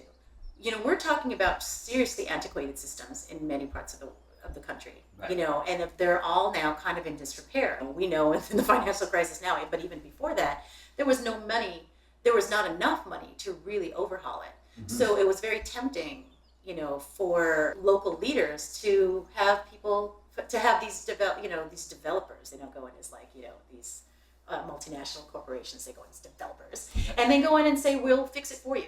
Once it was declared a commodity, it was could be bought and trade on the market. Yeah. So it was not considered a human right. The question becomes, whose water is it? Now that we live in this information blizzard, this data flood. It is a blizzard. Yeah, absolutely. That the only way to sort of run through pop culture, as it were, is to do immediate evaluation. If I talk about looking to water's wisdom and embodying it, then I really feel like I am. In that I'm just water doesn't know where it's going, it just goes. And it goes where it's kind of being led. And that's kind of how I feel like I've been doing. As long as you're just sort of listening and taking opportunities everywhere you go and believing if you are where you are, then that's where you're supposed to be. My little brain that can only have imagined me kind of going this path of singing and, whatever, would never have imagined this. I think I'm hearing that you feel a little deluged by the onslaught of a variety of things. In other words, you live in the center of a blizzard. Yes. And you feel that blizzard. You feel the icy fingers of it upon you. It's not our obligation to help each other because we're all connected. It's our honor to. We should be so thrilled that we're powerful enough and, compassionate enough to be able to be of service in such a deep way. When we're judging somebody, we're not intimate with them. Right. Right? We're separating ourselves out. So that would be, if I were you and I wanted to know more about myself, I would be exploring what other devices I use to make sure that I'm protecting myself from this blizzard. Hasn't our banking situation been a result of a free market without unfettered government intervention that has resulted in where we sit today economically? Good question, because the answer is astounding to most people, and it's absolutely no. What? Really? Yes, it's a myth. The biggest, most powerful banking conglomerates in the world met together on Jekyll Island in 1910 and created the Federal Reserve System. What they created was a cartel agreement. A cartel is a group of independent companies who have come together for the purpose of reducing or eliminating competition between themselves so that they can dominate the market and enhance their profit margin. They don't want competition. Just the opposite of the free market. John D. Rockefeller is quoted by all of his biographers. He said over and over again, competition is a sin. We'll call it federal. That'll make it sound like it has something to do with the government. People will say, federal? Well, it's no more federal than Federal Express, you know? But they chose the name for that reason. And they said, well, let's call it, let's put the word reserve into it, because that makes it sound like there are reserves. There are no reserves. It's just a name. So what they do is they go to the government and they say, here's our cartel agreement. Would you please pass that into law? Oh. And they did. Recently in Washington, when things got really bad, Congress would just start voting trillions and trillions of dollars to plug here and plug there. They called it a stimulus program or a bailout. And, you know, people never thought, where does this money come from? Well, they go to their partner, the Federal Reserve System, and they say, okay, we just voted these funds, so now give us the money. You see, and the Federal Reserve System literally creates it out of thin air. In the banking system, according to this cartel arrangement, the rules that they set up, for every $1,000 on deposit, the banks can create up to an additional $9,000 out of thin air and loan it to people. Any bank? Any bank.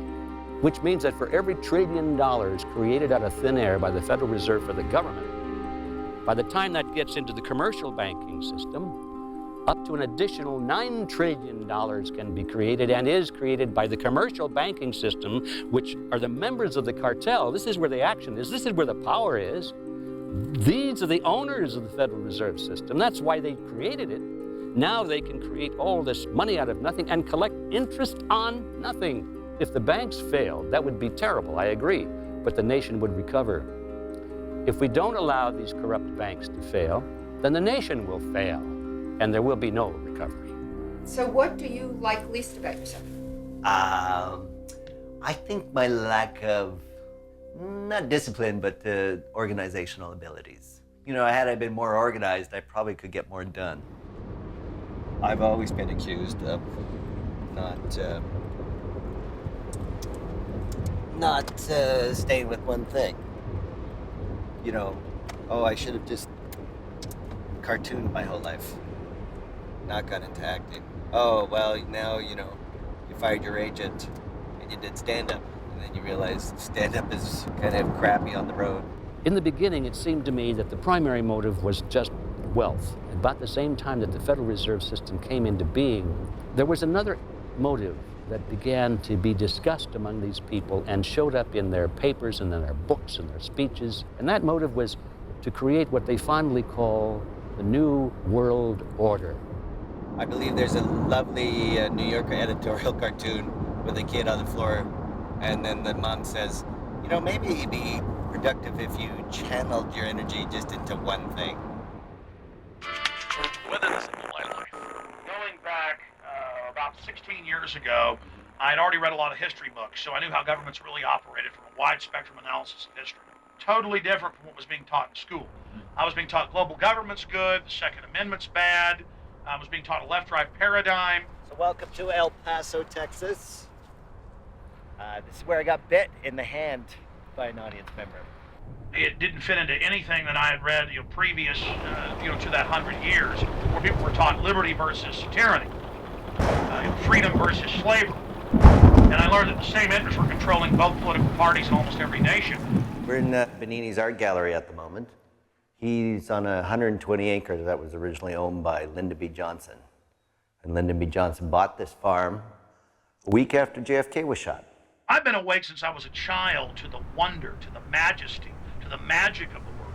And I think it's because I had that poetic, loving heart that I was able early on to also see the bad. It's because I see the good and the beauty and the innocence and the honor and everything pure that I'm also able to then see the things that are dark and degenerate and dangerous and aberrant. The elites admit what they've done in their own annals, their own documents, their own articles, and they always laugh at us and say the public won't read this. I mean, Carroll Quigley was let into the elites' own documents in the 60s, wrote Tragedy and Hope, admitting we control the left, we control the right, we put in the communist and the fascist, we want a global dictatorship run by the banks. There's nothing intrinsically wrong with world government if it's the right kind of government. If it was based on the model of freedom, where individual rights were respected and we had a free market and people could travel as they wish and have their own customs and their own, whatever they want, as long as they don't interfere with the life, liberty, and property of other people, that'd be a wonderful system. That's not what we're talking about in the real world today. They had a Financial Times of London article last year saying, and now for global government. And he said, yes, we've kept it secret for your own good. And that publication's home of the Bilderberg Group, a Bilderberg Group member. I suppose it's the Bilderberg Group. I mean, I've heard that. Well, there are many, many groups in the world of elitists who really want to limit the population of the world. And the Bilderbergers are simply one of them. David Rockefeller wrote a book 4 years ago saying, I want a one world government that is unelected. In January of 2009, I said, Obama will have the lowest approval rating of any president by the end of the year. He will go back on everything he promised to do, because I knew who his advisors were and what they had been saying. And they were sending out quiet press releases to heads of government and others saying, don't worry, he's not getting rid of NAFTA and GATT. Don't worry, he's not getting us out of the WTO. Don't worry, he's not going to end the wars, he's going to expand them. They were putting out in the lobbyist reports, don't worry, it's a scam. Just like the insurance company 6 months ago put out releases to other lobbyist groups say, don't oppose this. We're just saying we're against the healthcare thing so people won't know it's a big moneymaker for us. And they've now had thousands of articles the last year in every major publication going, okay, world government's real. Okay, planetary regime is real. Right. They're coming forward with this quite openly, it seems. And see, they stalled us until they think it's too late. That's what's behind this movement for disarmament. They'd like to convince the people that we're going to disarm all the nations of the world so we won't have war anymore. How nice that sounds. But it's not true. What they're trying to do is take the arms away from the individual nations and give them to the United Nations. The banker bailout, a scam. The healthcare plan, a scam. The forced flu inoculation system, a scam. Now even the EU Commission says they bought off their leaders, paid them off. The vaccine's dangerous. The German government wouldn't even take the shots themselves. As long as that system exists, and as long as the people allow it to exist and think somehow it really is in their best interest, then I have no prognosis at all of coming out of this. The public is on Soma. They're drinking the sodium fluoride and all the other chemicals in the water that all the mainline studies admit causes cancer, brain damage, 20-point on average IQ reduction in children. And then we have all these UN documents and others from 30, 40 years ago saying we will engineer the food supply to incrementally sterilize people. In fact, I have this book, Eco-Science, written by the current White House science czar. And in there he says, we've got to engineer the water supply, the food supply, to slowly and incrementally sterilize people. The elitists of the world want to restrict the world population. They think that we're using up too many of their natural resources. And that's from fear? Is that why, or is it just the psychopathic mind? Well, they do have a lot of fearful control freaks that also serve, but at the very top, they're psychos. Prince Philip has said that if he, when he dies, he hopes to be reincarnated and come back as a virus so that he can eliminate large segments of the worst population. And you have a lot of elites inbreeding. When you have inbreeding, psychopathic tendencies, megalomania tends to manifest. You notice these elite families have been inbreeding for centuries in Europe, thousands of years total. If you read Bertrand Russell's book, The Impact of Science on Society, written in 1953, he talks about population control. Falling fertility, how population problem is solving itself. That's just in The Economist. Economist, and it says fertility's falling astonishingly fast, and that's bringing big benefits. Less people's good. Jacques Cousteau is quoted as saying that there are just too many people on Earth. We're going to have to eliminate 350,000 people a day. Here's all these studies admitting that just this one type of GMO corn from Monsanto that has pesticide that grows naturally in it, so if bugs eat it, they die, is causing liver failure in all the mammals they tested on, massive death, and it's still, well, I don't want to talk about it. I mean, because they can't understand it. They can't believe someone's doing it on purpose. It took me a long time to begin to understand this, to begin to understand what motivates the people, the Ted Turners of this world, the George Soroses, the Rockefellers, the Oprah Winfreys, the Bill and Melinda Gates, Warren Buffett. Bayer Pharmaceutical for over a decade knowingly allowed for HIV to be in all their factor VIII and hepatitis killing over 1 million people all over the world. Why are they encouraging homosexuality? Because homosexuals don't reproduce. Because the male homosexual dies at a young age. 1 in 3 lesbians gets breast carcinoma and they die early, but they never tell them there. And then I said to the reporter, I said, see, they're killing us, they know. And he says, but they didn't mean to. The sperm count all throughout the world has fallen 50% in the last 40 years. Why? What the hell are you talking about? They are poisoning our people. There is a population control agenda. There really are people who want to kill off the majority of the people in the world. Okay, fine. None of them went to prison. Why is that okay? I've got all these textbooks where they're doing it to us. That's what I'm angry about, Dean Haglund. I love that. And we've got to get angry like humans. Stay there. Again, if you want to talk, go ahead and talk. No, this is perfect. You're thinking that there is a reasonable explanation for all these, again, what occurs as random incidences. So there's this reasonable explanation, and the explanation is that there are these power-hungry.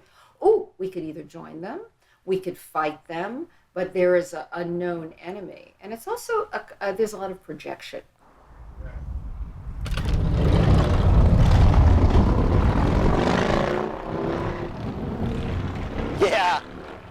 Yeah, that's right. You better get out of town. That's what I'm talking about. Yeah, you run.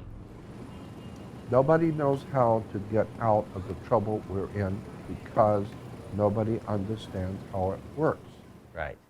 Because there's a whole nother thing that's It's a whole invisible. different world out there that you don't understand. We don't say the Vatican runs it all, or Jews run it all, or Seventh-day Adventists are bad and run it all, or Scientologists run it all. And I can't learn it because... You're never going to learn.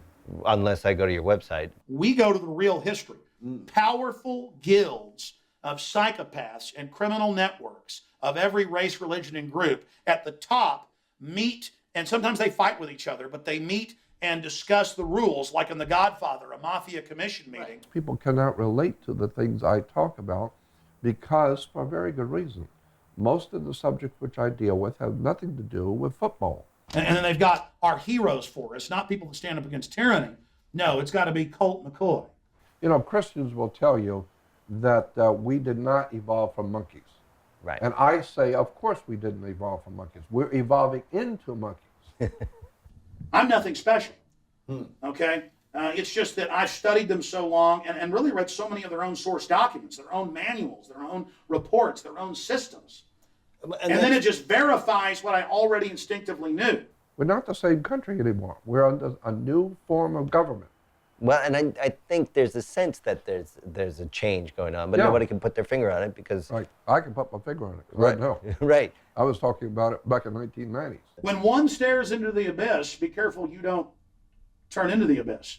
But the good news is I have turned into the abyss, but I'm still a good guy and have my humanity. But I am now literally, psychologically, mentally, I am able to, anytime I want, look into things with their perspective and their grand architecture. So now I'm so high up in my study of it that I'm what they would call illuminated. And I've had elitists tell me that because now I am above the fog. Right. I now see 1,000 miles. For 1,000 years, there will never be a time when mankind will ever be free again. We have one shot at it in 6,000 years, and we screwed it up. A nation that turns its back on its Christian heritage can expect God to turn his back on that nation, and it's coming. The entire human race has lost its way. We are now in the grips of the most tyrannical, despotic police state on the earth. All nations are under it. What is going on? Well, apparently I was speeding, wasn't I? Just a little bit. I'm sorry. What did you clock me at? 97. Ah, dear.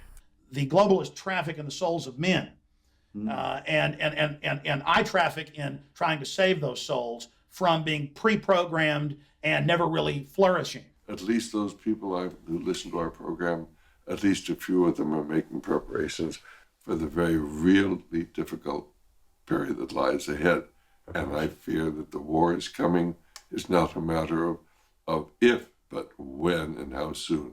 The whole world is a giant mad scientist laboratory where they're trying to harness and dominate and dehumanize humanity because they're threatened by that dynamic human spirit. They hate it. They want to destroy it. That's where that evil comes from? Went to break. Behind everything going on are these powerful spiritual forces. There is a higher intellectual, spiritual dimension to life. So this idea of a spiritual force is a dark spiritual force. Very, very dark and sinister spiritual force. And my book, Brotherhood of Darkness, probably is the primer. Certain prophets, seers, gurus, whatever, they tune into something that's out there. We tell people about this other dimension, and if you contact that dimension, you can get great wealth and fame and fortune, but of course you do at the risk of your eternal soul. And we tell people, understand it's there and avoid it like the plague. Have you heard anything about conspiracy to suppress anything about quantum consciousness? Some people can be open to all this information. Other people shut themselves off to even any new information that would possibly change. It takes an enormous amount of courage to open ourselves to new information. Most people read books that agree with what they already think, and what they remember from those books are things they already knew. If you haven't read Dan Brown's book, I recommend you do. He talks about this other force that's there. And then he talks about the organizations on noetic sciences, where you can actually learn how to tap into this other generation and this supernatural force. Well, I think it's always important to recognize that Dan Brown is a fiction writer, and he writes about fiction. But the stories and the studies that he portrays in the book, many of them are true. Many of them are very close to being exactly out of one of our journal articles. Oh, really? And Edgar Mitchell, the astronaut, was part and parcel of this movement. Looking out that portal into the vastness of space and seeing planet Earth suspended there in all its pristine beauty. And he had kind of two experiences. One was a deep sense of unity, a sense of oneness with all of the universe. But he also had a real deep experience of pain, that as citizens of Spaceship Earth, we suffer, and that the cause of our suffering isn't anything inherent in this beautiful, pristine globe, but that it comes from within us and through our consciousness and our worldview. And so it was his epiphany that perhaps the greatest frontier wasn't outer space, but really inner space. We explore the powers and potentials of consciousness through basic science. We're interested in looking at the potential reaches of consciousness. Does prayer heal, or can intention be directed at a distance towards somebody's physical well-being, and can that be measured? I was at Stanford. I was a Stanford professor from 64 till 98. I'm a physicist by background in the area of materials. After reading the book, Psychic Discoveries Behind the Iron Curtain, I had this compelling internal question. How might the universe be constructed to allow this crazy seeming kind of stuff naturally coexist with the orthodox science I was doing with my PhD students every day? And the unstated assumption since the days of Descartes by orthodox science has been that no human qualities of consciousness, intention, emotion, mind, or spirit can significantly influence a well-designed target experiment in physical reality. We often feel resistance from mainstream materialist scientists who say, you know, it isn't even valid to explore consciousness. Consciousness isn't nothing more than an epiphenomenon or a byproduct of the brain. It has no place in scientific inquiry. Orthodox science doesn't really seek truth about nature. It seeks internal self-consistency with respect to a reference frame that they hold about nature. And that reference frame has come from what? That reference frame has come from the study of space and time. Well, what we were able to do is show that there were significant correlations between the intention of the healthy partner and the physiology of the distant cancer patient, as well as to see that there were correlations between the physiologies of both parties. So the cancer patient was influencing the healthy? Well, they were correlated. They were interconnected in some way. So you can't say that it's causal. You can say it's correlational. And that's the difference between the kind of Newtonian paradigm and the quantum paradigm. Right. The idea that space and causality is restricted to some kind of physical proximal relationship is expanded to the whole of the universe. I'm perceiving it as a linear unrolling. Right. And it's not. Time, as we understand it unfolding, becomes sort of inverted, so that the arrow of time is not just in one direction, it can go backward and forward. I can jump then into any... Well, it appears. I mean, let's be clear. I haven't done all those experiments yet. I just said something to get your attention. But I don't really... Oh, well, it worked. This just begins to reveal that the universe is much more interesting than, what 400 years of science has allowed us to understand. We imprinted consciousness into a little electronic box. Wow. And then we used the electronic box. We switched it on in a space where we were gathering background data, experimental data, and it had a specific intention. We did it from a deep meditative state, 4 people. We have an unimprinted device and an imprinted device. We could separate them by 100 meters, turn them off electrically, and in 3 to 5 days, the unimprinted device picked up the imprint. Okay? And it could influence an experiment just the way this other one could. But the boxes were off electrically. So there was no information transfer via electromagnetic radiation that we know of. Right. Right. So therefore...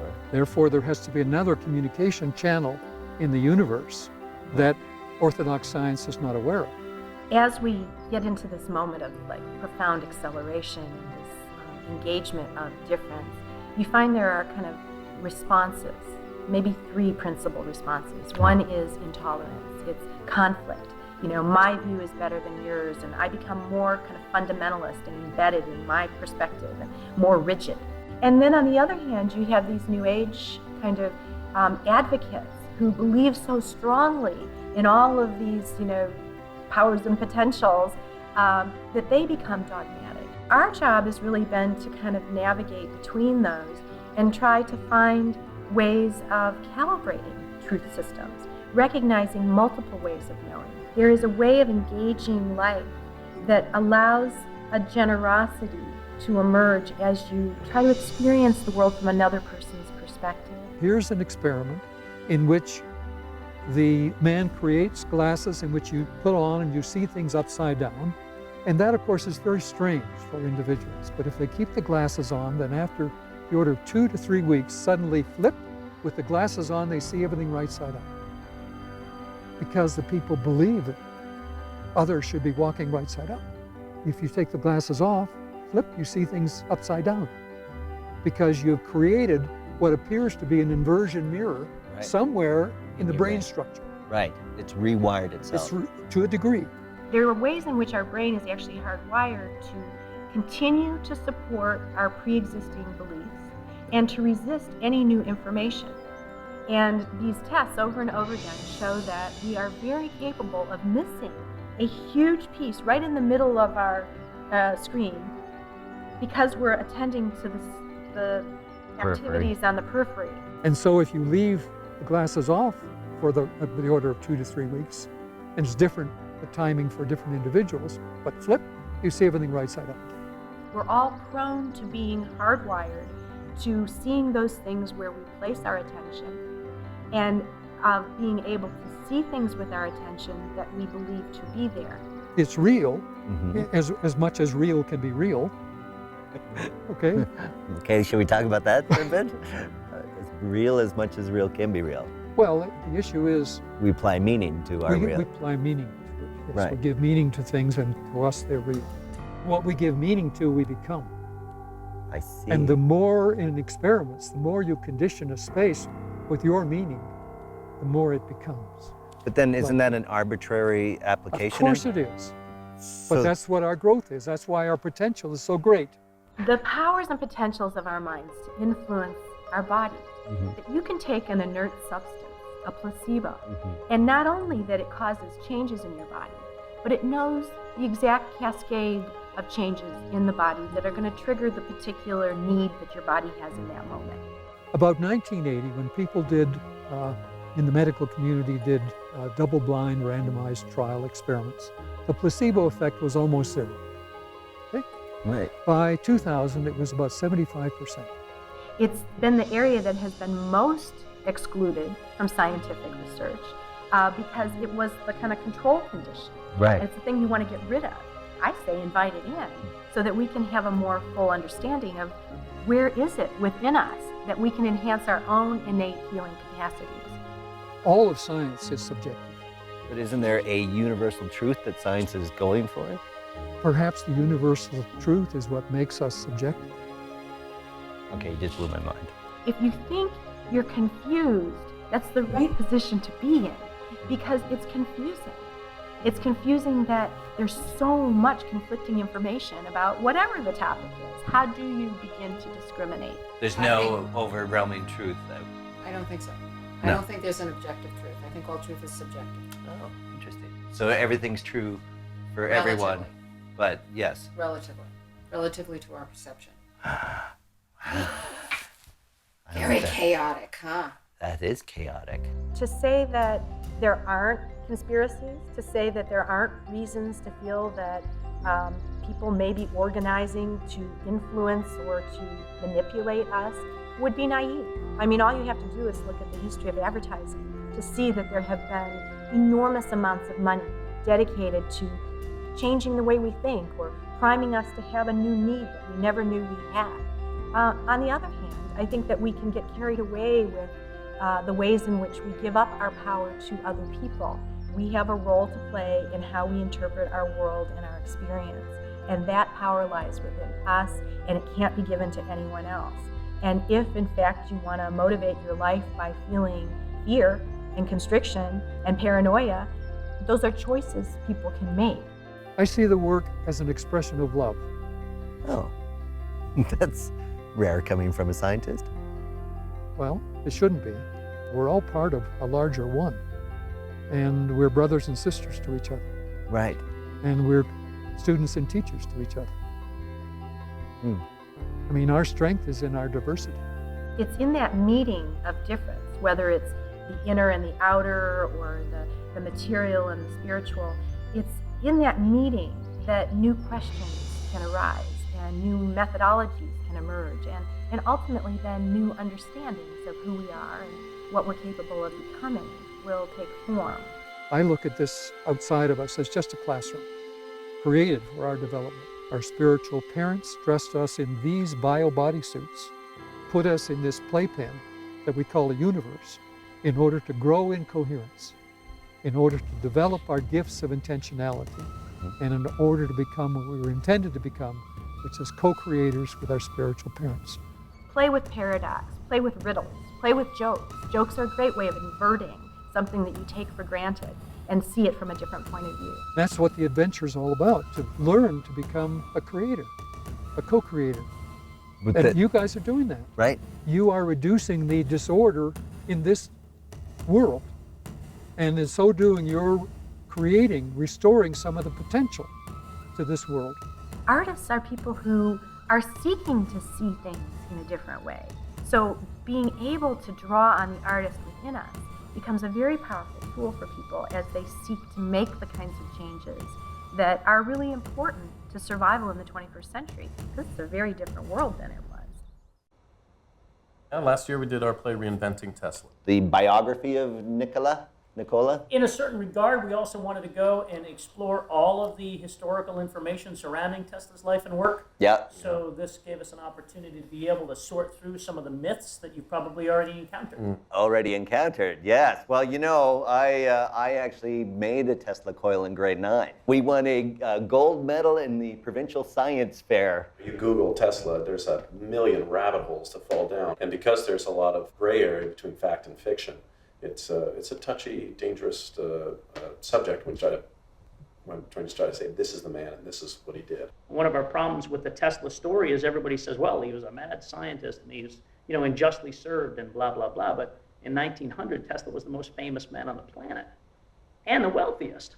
I didn't know that. Sure, he cracked the code. He's the hottest young kid. He creates it, hits it big, he electrifies the world. He's that guy. Tesla invents all of these primary technologies that make these things happen. He talks about these, He talks about this device. A handheld device that can communicate and You can talk to anybody instantaneously all over the planet. You can hear music instantaneously. You can even see images. But that was the idea of free energy, that wirelessly you could communicate with electrical charge. Energy and communications can be wirelessly transmitted, was his claim. So when he died in the Hotel New Yorker, he had all of these trunks, 60 some odd trunks in his personal rooms. When he left the Waldorf Astoria, he left the Waldorf and there were things in the basement there that were held in safekeeping. In lieu of payment. Oh, I see. When he died, there was stuff scattered all over New York City, stuff that he had stored.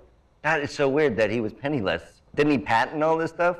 That's true. So you make the thing and you patent the thing, but you're just a couple of guys in your garage. Right. So a giant multinational conglomerate, not unlike General Edison turned General Electric, might take said patent, go and make their own version of said device, and then go and put those out in a million places around the world. Now, as a small mom and pop, there's no way that you can fight against that. Frequently, he'd come up with something, and as soon as he knew in his mind that it worked, he'd set it aside and go on to the next thing. It was about the continuous journey to try to get to his ultimate goal. Which was? Well, he claimed free power, wireless power for the planet. The guys that owned all the copper, for example, the copper mines, the copper, wire making companies, and all of the infrastructure that we would use to generate and transmit electricity. Yeah. Those cats, the more copper you sell, the more money you make. Right. So our voltage in the States is 120, 240, as opposed to 240 and above, which is overseas everywhere else in the globe. Right. That's just because you need more copper. If you have a lower voltage, you need thicker cables. The thicker the cable, the more money I make. Of course, that's what we're going to do. Kidding me? Yeah, there's no conspiracy. It's just business. You know, we've been quoting you on this the whole documentary for the longest time. Have you? Yeah. Already? Yeah, because it's our favorite thing is it's not so much a conspiracy as business as usual. Sure. There's some brilliant things out there, things that would change the world, technologies that would enable us, and they ain't being used. And why? Well, it's business as usual. So, for example, the orgonite experiment was nothing more than a resin metal composite with a crystal inside. Found some research on Quebec Orgon site that showed this causing large germination in seeds. My neighbor, he has a scientific background. He did the obvious thing where you have a control group. It's totally organic, 2 parts of the allotment, first-time grower. What came out was vegetables that were very large, turnips the size of melons. My theory is it's like a circuit that translates energy into something else, a beneficial energy. Oh, cool. And then the whole range of psychological effects on people as well, but mainly I concentrate on the giant vegetables because it's physical effects you can see and eat. It's not subjective, it's not an anecdote. It's saying, look, giant vegetables, big, small, Sesame Street. Right. Which one came from where? For all I know, the orgonite is purely a tool to get intention working. We are getting results, and consistent results. And what's the psychological effects? My headache goes away or something? I don't know. People have said you put it underneath your pillow, you'll get the most lucid dreams ever. Really? Yeah. Wow. Can I keep this one? Yep. You see then, we as a society picking up Tesla's ideas from 100 years ago. Absolutely. We're just catching up now to where he had already achieved success. Niagara Falls is a perfect example of clean energy in harmony with nature. I mean, his first giant achievement with Westinghouse. And to this day, it still works as, There's a turbine there? A turbine there. There's turbines on both the American side and the Canadian side. You're talking about 100 years of technology still running today the same system. It's like 94% efficient. There's a an Irish dentist who came up with a process whereby you apply pressurized ozone over your teeth. It takes about 45 seconds. It kills the bacteria that causes tooth decay. It cleans the tooth so well that you can actually regrow your teeth. Oh, did I mention it was really cheap and takes about a minute to apply and would revolutionize dentistry and would replace 95% of dentistry, including root canals. It seems like now is a really important time in the history of energy to talk about Tesla and Tesla's story. Our goal in creating the play and the movie from the play was to be able to communicate this idea of efficiency and technology in harmony with nature. Ozone kills things that make you ill on your tooth. Doesn't work anywhere else in your body. And then you start looking into it and finding a paper trail. I mean, Medizone in New York City did a trial with the Canadian Department of Defense on HIV back in the early 90s. Mm-hmm. And they had results, and then things were done, and you never heard from it again. Someone dying in cancer is worth at least $500,000, if not a lot more. So the last thing you want is someone coming along with ozone, dental treatment, the Bob Beck patent, Cali, something that grows giant vegetables that costs fuck all. Tesla in 1900 said, if we use fuel to get our power, we are living on our capital and exhausting it rapidly. This method is barbarous and wantonly wasteful in the interests of coming generations. He said, look at the world in this way. Yeah. And when you look at the world that way, everything changes. It's a different way of seeing the interconnectedness of all things and the way that there's a finite amount of resources and that we all have to get along to learn how to use them so that we can all live and be happy. You're not allowed to use cure. Right. That is reserved by the high priests, the high Latin-speaking priests in medicine. Right. You use treatment. Yeah. There's treatments, but Yeah. there's no cures. No, we don't want to do true cures. Not enough money in cures. That's why we're the guys that pick up the Tesla banner and say, yes, remember to do the right thing for the rest of the species, because it's one tiny little place. It's a placebo effect. Yeah, but it's still an effect. Right. So Right. get rid of the word placebo and saying, no, this is the effect and this is how it's happening. Okay, so get rid of the word conspiracy. And use the word business. Business. Yeah, every corporation is a conspiracy. If you look at it, it's a pyramid structure. Yeah. Where the orders come down from the top. And this is how conspiracies work. This is how they get away with it. This is, I think people need to know this. I have a pyramid scheme going on. I believe if you feel differently about yourself and accept all the parts of you, everybody you meet will change. I really mean that there is a ripple out effect. As I always say, we're the stone thrown in the middle of the pond. Welcome to Chicago. Indeed, it's London. London, right? This has been a long year, hasn't it? We're often referred to as the 51st state because we're so happy to go along with anything that Washington comes up with. And a lot of Labour politicians are guilty of this as they go to the States and on Kennedy scholarships, etc., and they meet the right people and they've just absolutely been infatuated. They think this is it, this is Nirvana. You know, what a wonderful, amazing country. Let's bring home the same ideas. The idea that the British are kowtowing to America is also then placed in America as we are kowtowing. We're becoming the colony of Britain. The idea of the New World Order and the United States being taken over by the United Nations. And I thought, but it's not about the New World Order when America's secondary to it. It's about the order of the New World as opposed to the order of the Old World. Because after the order of the Old World, which is Europe and the Soviet Union, and the Soviet Union collapsed and Europe was thinking, they're going, what are we going to do? And suddenly the United States sat supreme, and we are the New World, so it's our order. The film The Lone Gunman was aired in March 2001 on Fox Television. Strangely similar to 9/11, which happened a few months later. Its first episode had a passenger airline hijacked by remote control and flown towards the World Trade Center. Yeah. When we were on a panel in Berlin and they asked, what are your favorite conspiracy theories? I said this idea that there are artists, there are storytellers used as mouthpieces of the Illuminati. And now, after hearing it so much and hearing how pervasive this is, it negates the work that artists do. It negates their intuition, it negates their conscious connection to the collective unconscious, and it negates the fact that it's something that we all have, which is the ability to tap into what is going on in our collective. Byers, your flight's going to make an unscheduled stop in exactly 22 minutes. Corner of Liberty and Washington. Lower Manhattan. World Trade Center. The going to crash the plane into the World Trade Center. It just threw you because Yeah. we'd just done something that was precisely that, except the plane missed. Then Condoleezza Rice going, no one had ever predicted. Nobody said, how could we have possibly thought this would happen? Nobody ever, I'm like, hello, it was our pilot. What do you mean nobody? So that freaked everybody out. And it freaked out the writers too, oddly enough, because they are like, well, wait a second. Now, this shifts everything that we've been doing. But we tap into something that we don't know about. And creating it. Are you willing it enough? Are you believing it enough that it can actually happen? And getting enough people to believe it with you. It wasn't just that we knew it was going to happen. It's that we knew it was going to happen because we did it. Operation Gladio was an exercise in the 1970s and 1980s of units, cell units that had been left over after World War II to provide resistance against any incoming Soviet invasion. And in order to justify their continued existence and funding and arming, they actually started carrying out terrorist attacks across Italy and blaming it on the far left.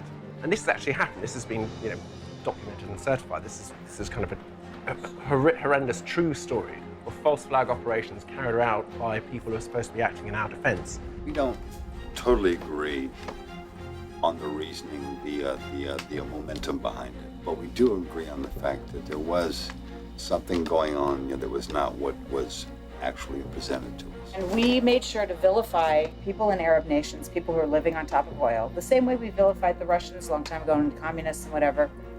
We made those the enemy, those people the enemy. Right.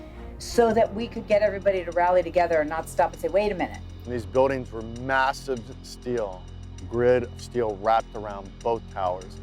47 massive steel columns interlocked with each other through the entire height of the building. Every floor was made of steel. You want to believe that these towers turned themselves into powder in 10 seconds. That's 110 floors gone in 10 seconds. My eyes don't lie. I saw implosions. It's all MOF, matter of fact, that two planes by themselves did not cause 16 acres of damage. It just didn't happen. See, and what I think is it's just like an earthquake or a bomb. The vibration alone of that impact would create literally a core shaking situation that would bring down exactly that many structures in exactly that radius. There's a great guy from Architects and Engineers for 9/11 Truth, David Chandler, and he puts out videos that really point out some obvious problems with what we're looking at, and that it has to be explosives are being used. I understand also that those architects and engineers in 9/11 also focus on Building 7. The television is hiding Building 7 from you. They don't want you to see Building 7. Because they know if you see Building 7 coming down, you'll know that 9/11 was an inside job. The building came straight down in 6.5 seconds. It's an obvious controlled demolition. You've seen it before. You know what it is. It's an obvious controlled demolition. There is part of me that believes this was just a sadly well-executed plan by a bunch of fanatics who really, who did this and the government had nothing to do with it, Right. whatever. So you can balance both that truth and... I can't balance anything. I can completely go this way and then completely go that way. The only thing Try living is, with it. the only thing is in the subsequent actions like carpet bombing Iraq and whatever. Right. I can't see that as 600,000 Iraqi civilians died. oh, it's that many? mass murder. This is crime. Nobody talks about it. No one touched it. So will ever 9/11 and all these things, will that truth ever come out? Well, if 80% of the people recognize that 9/11 was an inside job, whether or not there's an investigation, then that's probably a good thing. They'll be less likely to be conned into believing another attack. We look through a tiny little slit we call consciousness, and it's barely a glimpse at what is going on inside. 9/11, it's the greatest portal into truth. It just jolts people into, recognizing that there's a lot going on. Right. And that you use that as a jumping point to all these other... Yeah, I mean, people use that as a jumping point for their own search for truth. I try not to hit anyone with everything at once, because then they'll just think, oh, this guy thinks everything's a conspiracy. And even if everything is a conspiracy. The work that I'm interested in is a constant diving down into the ocean. Forget the pool, the ocean. down to the bottom to see what gold can I bring up from the bottom? What can I find out about myself that I never knew? I wrote a novel, and a sci-fi novel, as it really is, for two reasons. One of them, some ideas I've come to realize are so extraordinary and so out there that the only way you can really present them is as fiction. Right. That's the only way that will actually get past the gatekeeper. The second reason was ayahuasca in the jungles of Peru, which gave me the story. I had a series of powerful visions under the influence of ayahuasca. I asked the plant to help me resolve just old issues. You know? Right. And so it starts off, and I'm floating in like sort of the upper level of this like cathedral, right? Like all the domes and stuff at the top. Uh-huh. And it's like blue with like gold designs of like leaves and calligraphy and stuff like that. And it's like, oh, this is like a temple of myself. The name of our film is The Truth Is Out There. But it really isn't. The truth is in here.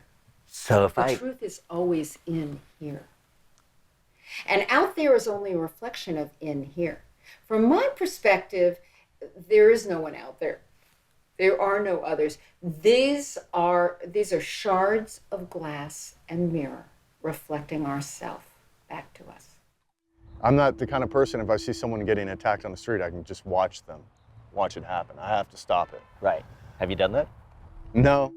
Labradorite connects with the interdimensional beings and our space family. Right. I've been sending a lot to Norway.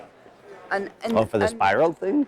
Oh my God, you would not believe. That opened up a portal. Thousands of Norwegians bombarded the Meteorological Institute to ask what that light could have possibly been. The people of Norway are having incredible experiences. They are becoming so awake. I'm more optimistic than I've ever been before that the great sleeping giant of America is beginning to awaken, and that spirit which made America unique is beginning to once again return to this country. I just hope and pray we have time. I want to be free of the rock. I want to be free of the bankers. I want to be free, I mean, it's a great example, but if I have a flying saucer and I don't pay my taxes and I fly away, where are you going to find me? Yeah, There's a whole universe out there. You can't police the universe. And that's the reason they don't want us to have our own flying saucers. Because they can't catch you. You're too fast. There's too many. Wouldn't they have the exact same vehicle then to chase you down? The good question, like the hot rods, like we've had the best cars. Yeah, right. Yeah. Well, okay, forget that idea then. They can catch you. But you got a flying saucer. I'm concerned about my river, the Shuswap River. I want the river to be clean. I want it to flow. I want to make sure that we have good, clean water here. And so I do have an interest in that sort of things, and I can still kind of do that being out here. We're planning on going to a community meeting in 4 days that's concerned about the parks, the parkland in our area. Mm-hmm. So I think we're certainly motivated for that sort of thing. Right. I don't see any big walls.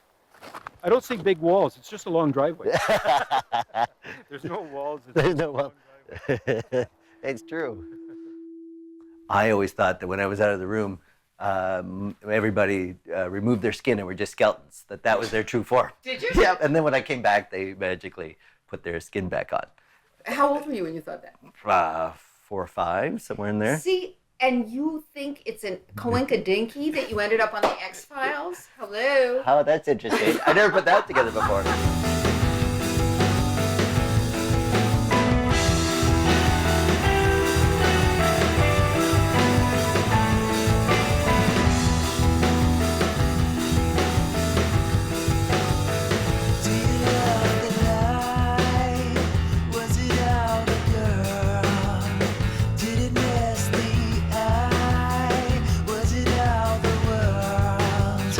But I know you didn't care what you saw.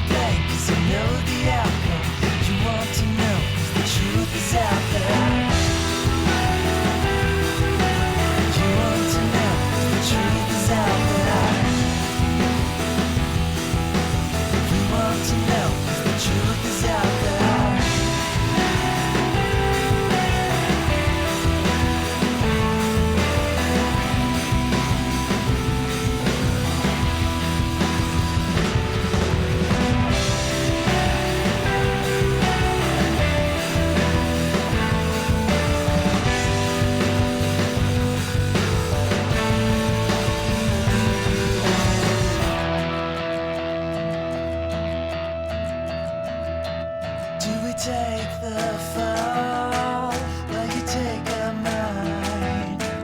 Could a life be all of what we just can't find?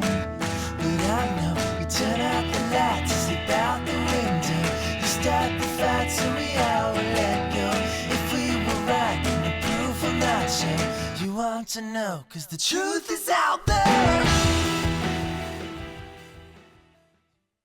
In the summer 1990, when the heat was quite intense, I draw to your attention a chain of strange events.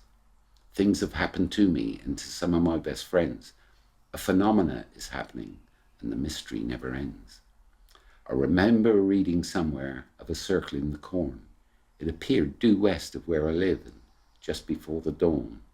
A compelling feeling told me that I really had to go, so I left home fairly quickly and drove 40 miles or so.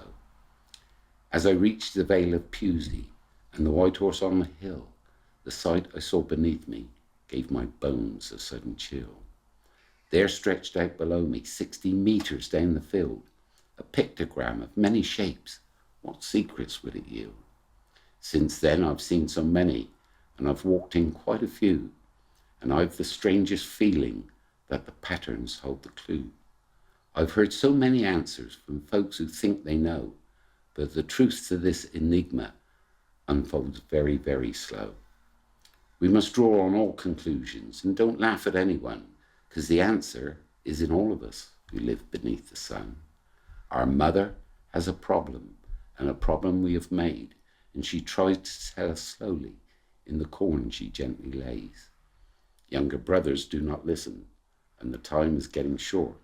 So mother has to frighten us, but as a last resort, she'll conjure up the evil winds that will move the 7 seas and move the molten mountains and bring countries to their knees. Then we shall see a vision like the world has never seen. Something will come with light and sound to end our nightmare dream. From that day on, the world will change in every way we know, and those that come will help us all to make the whole world grow. So little men of power, who've never got things right, and are probably laughing at this now, will get the biggest fright. Your money will mean nothing, and power's not the key. The answer's simply balance and perfect harmony. Thank you very much, Reg. Quite all right. Totally appreciate it. Anytime.